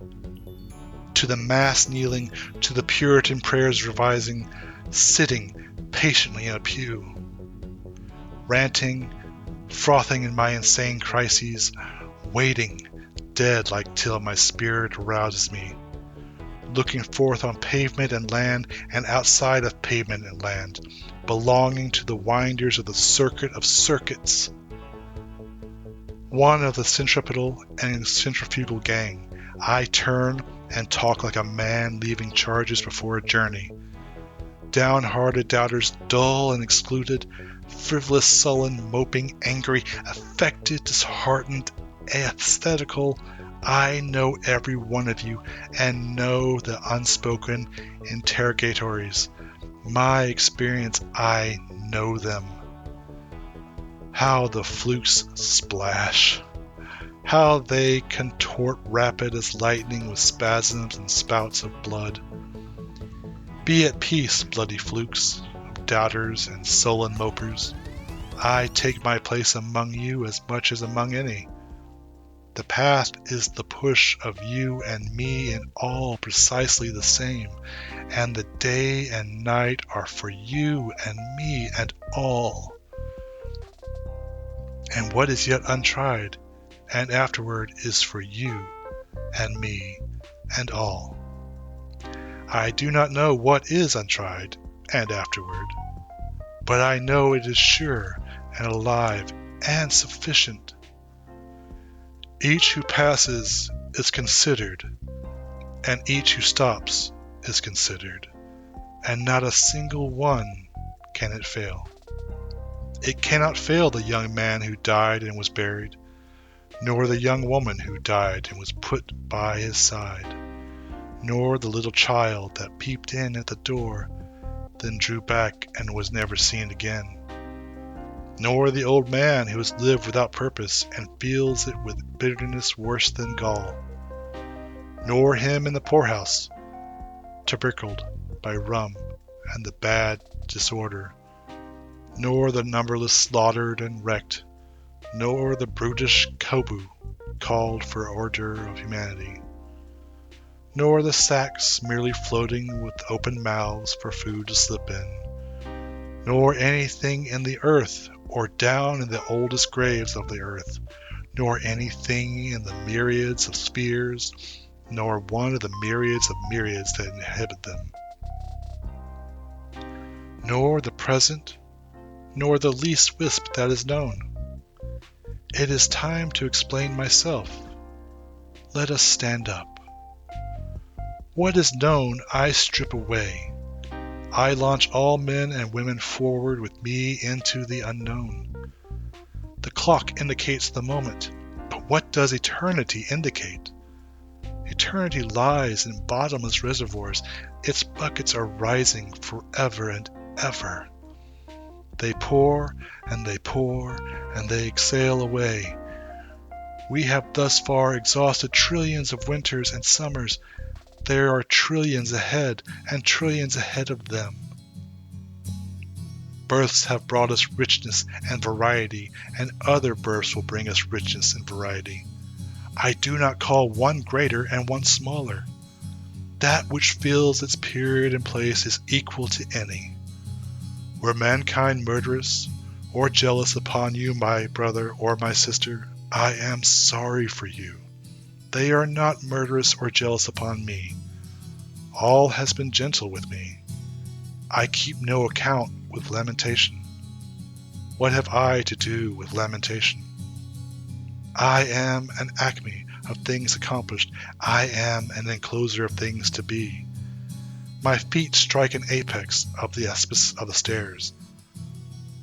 On every step, bunches of ages and larger bunches between steps, all below duly traveled, and still I mount and mount. Rise after rise bow the phantoms behind me. Afar down I see the huge first nothing, the vapor from the nostrils of death. I know I was even there.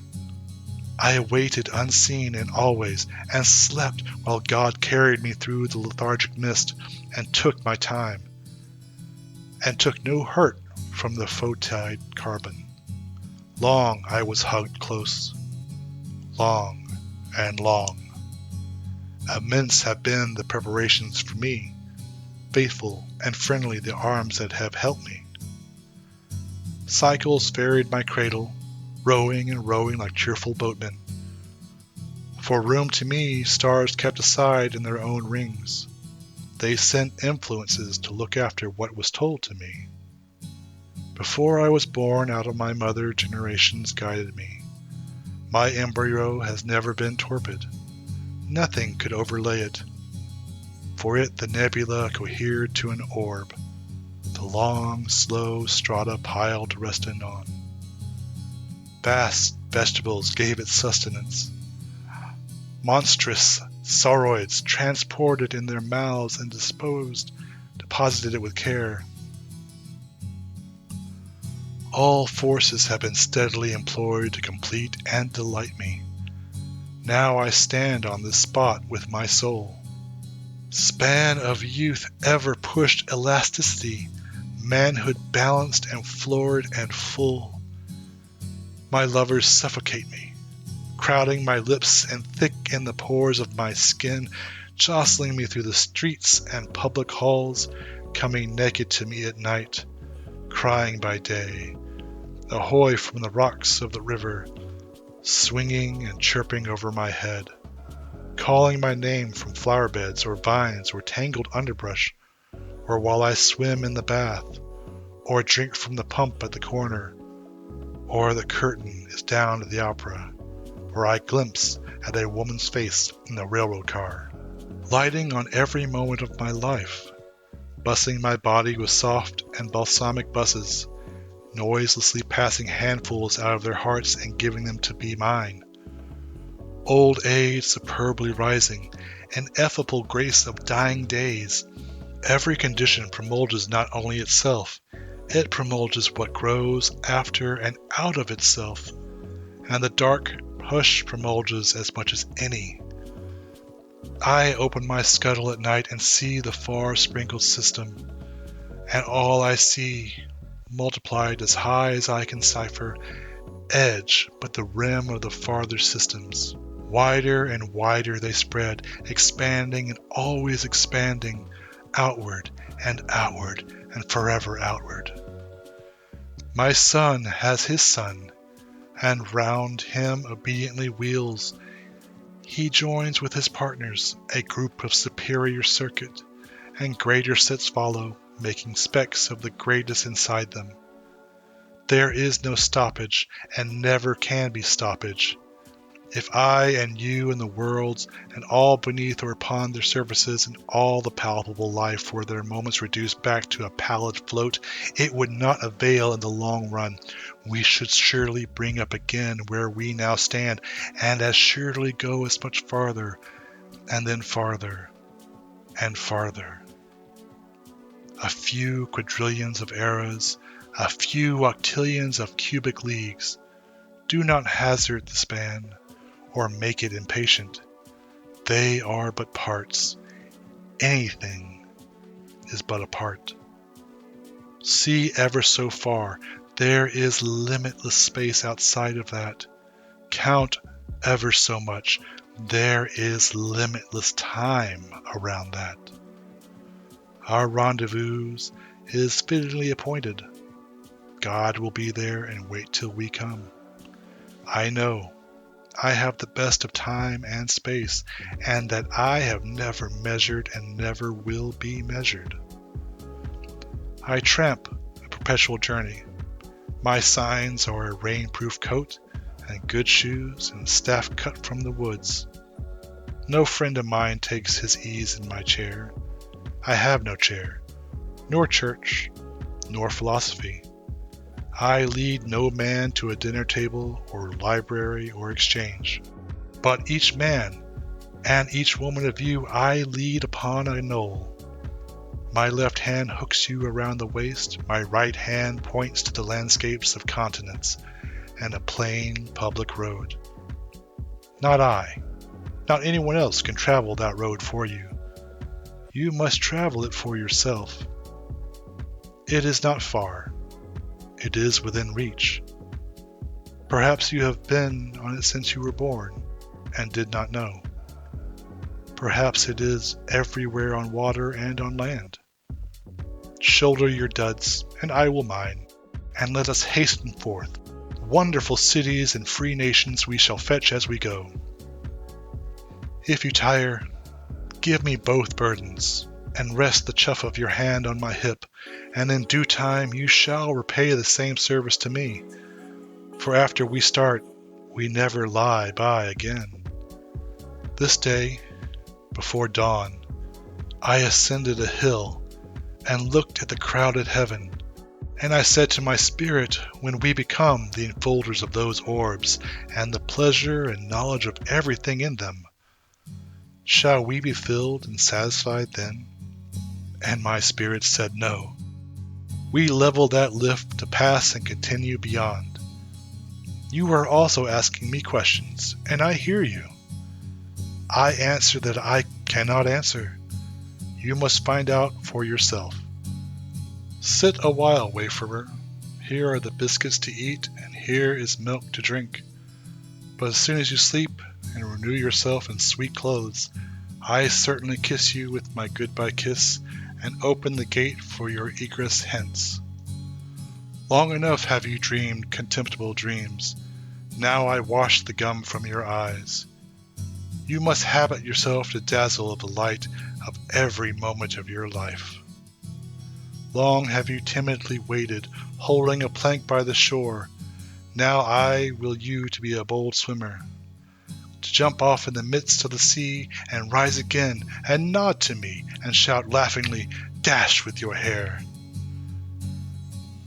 I am the teacher of athletes.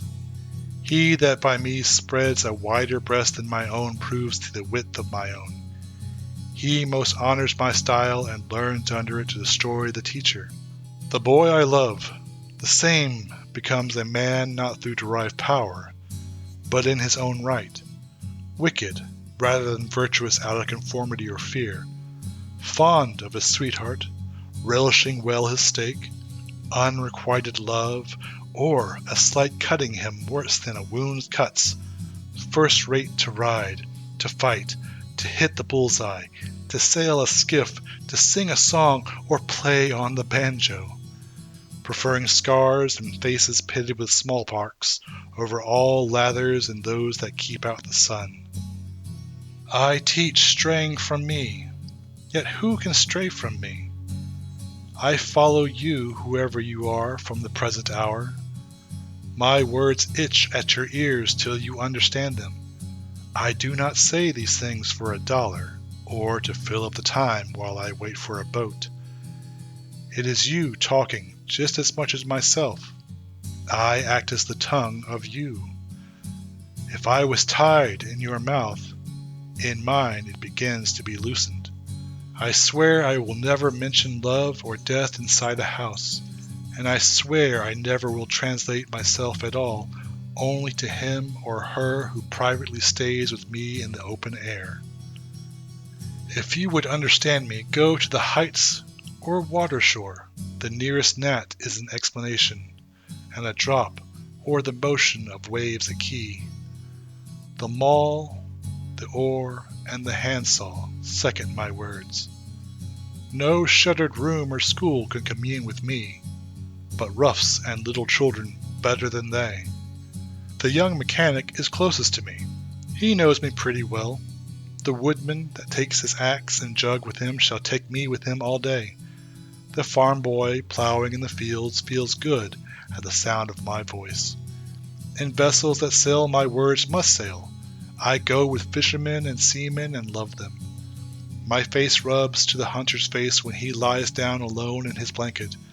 The driver thinking of me does not mind the jolt of his wagon.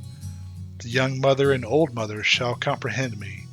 The girl and his wife rest the needle a moment and forget where they are. They and all would resume what I have told them. I have said that this soul is not more than the body, and I have said that the body is not more than the soul. And nothing, not God, is greater to one than oneself is, and whoever walks a furlong without sympathy walks to his own funeral, dressed in his shroud. And I or you, pocketless of a dime, may purchase the pick of the earth.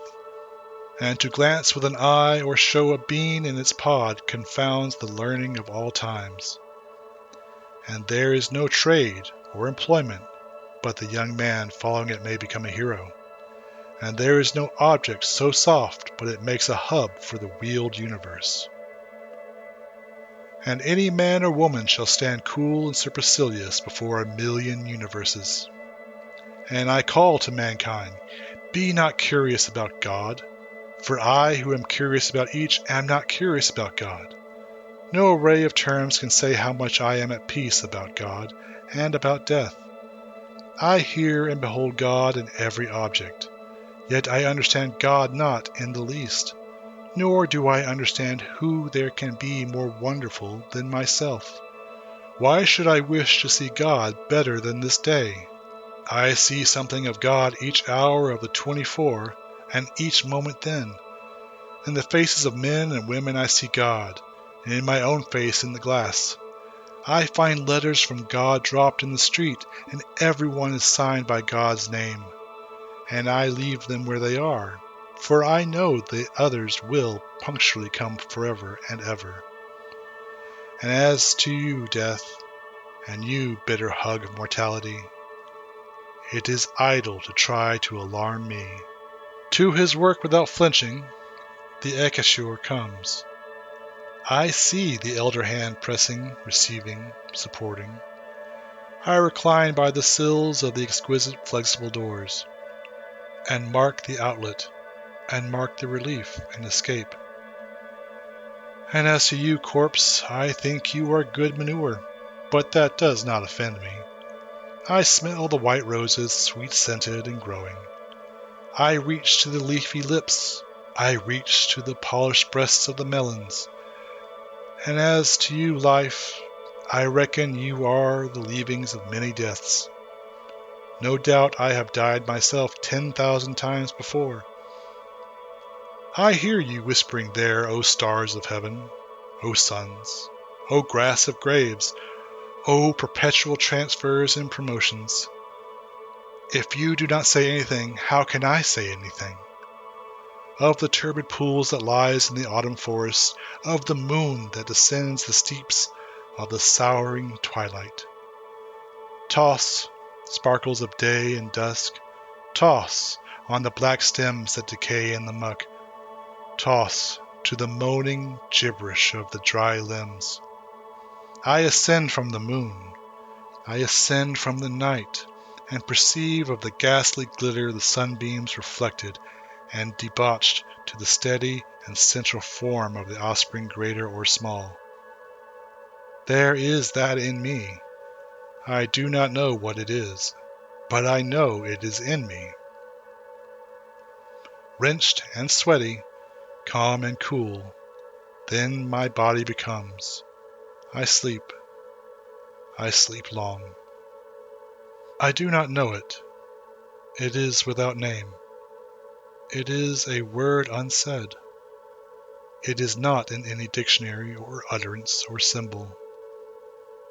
Something it swings on more than the earth I swing on. To it the creation is the friend whose embracing awakes me. Perhaps I might tell more. Outlines. I plead for my brothers and sisters. Do you see, O my brothers and sisters? It is not chaos or death. It is form and union and plan. It is eternal life. It is happiness. The past and present wilt. I have filled them and emptied them, and proceed to fill my next fold of the future. Listener, up there, hear you. What have you confined to me? Look in my face while I snuff the sidle of everything. Talk honestly, for no one else hears you, and I stay only a minute longer. Do I contradict myself? Very well then, I contradict myself. I am large. I contain multitudes. I concentrate toward them that are nigh. I wait on the door slab. Who has done his day's work and will soonest be through with his supper? Who wishes to walk with me? Will you speak before I am gone? Will you prove already too late? The spotted hawk swoops by and accuses me. He complains of my gab and my loitering. I too am not a bit tamed. I too am untranslatable. I sound my barbaric yarp over the roofs of the world. The last scud of day holds back for me.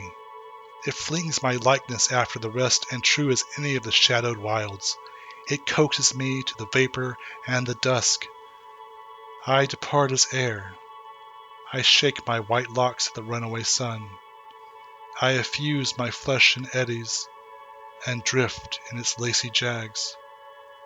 I bequeath myself to the dirt to grow from the grass I love. If you want me again, look for me under your boot soles. You will hardly know who I am or what I mean, but I shall be good health to you nonetheless, and filter and fiber your blood. Failing to fetch me at first, keep encouraged. Missing me one place, search another. I stop there, waiting for you.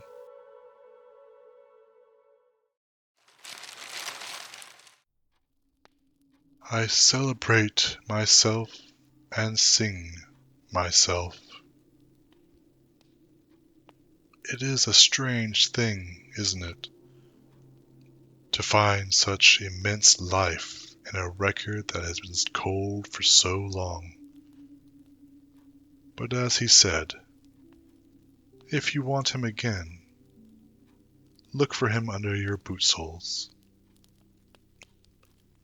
Whitman believed that nothing ever truly collapses, that death is just a different kind of luck. Perhaps that's why these words still glow so brightly here, in the middle of nothingness.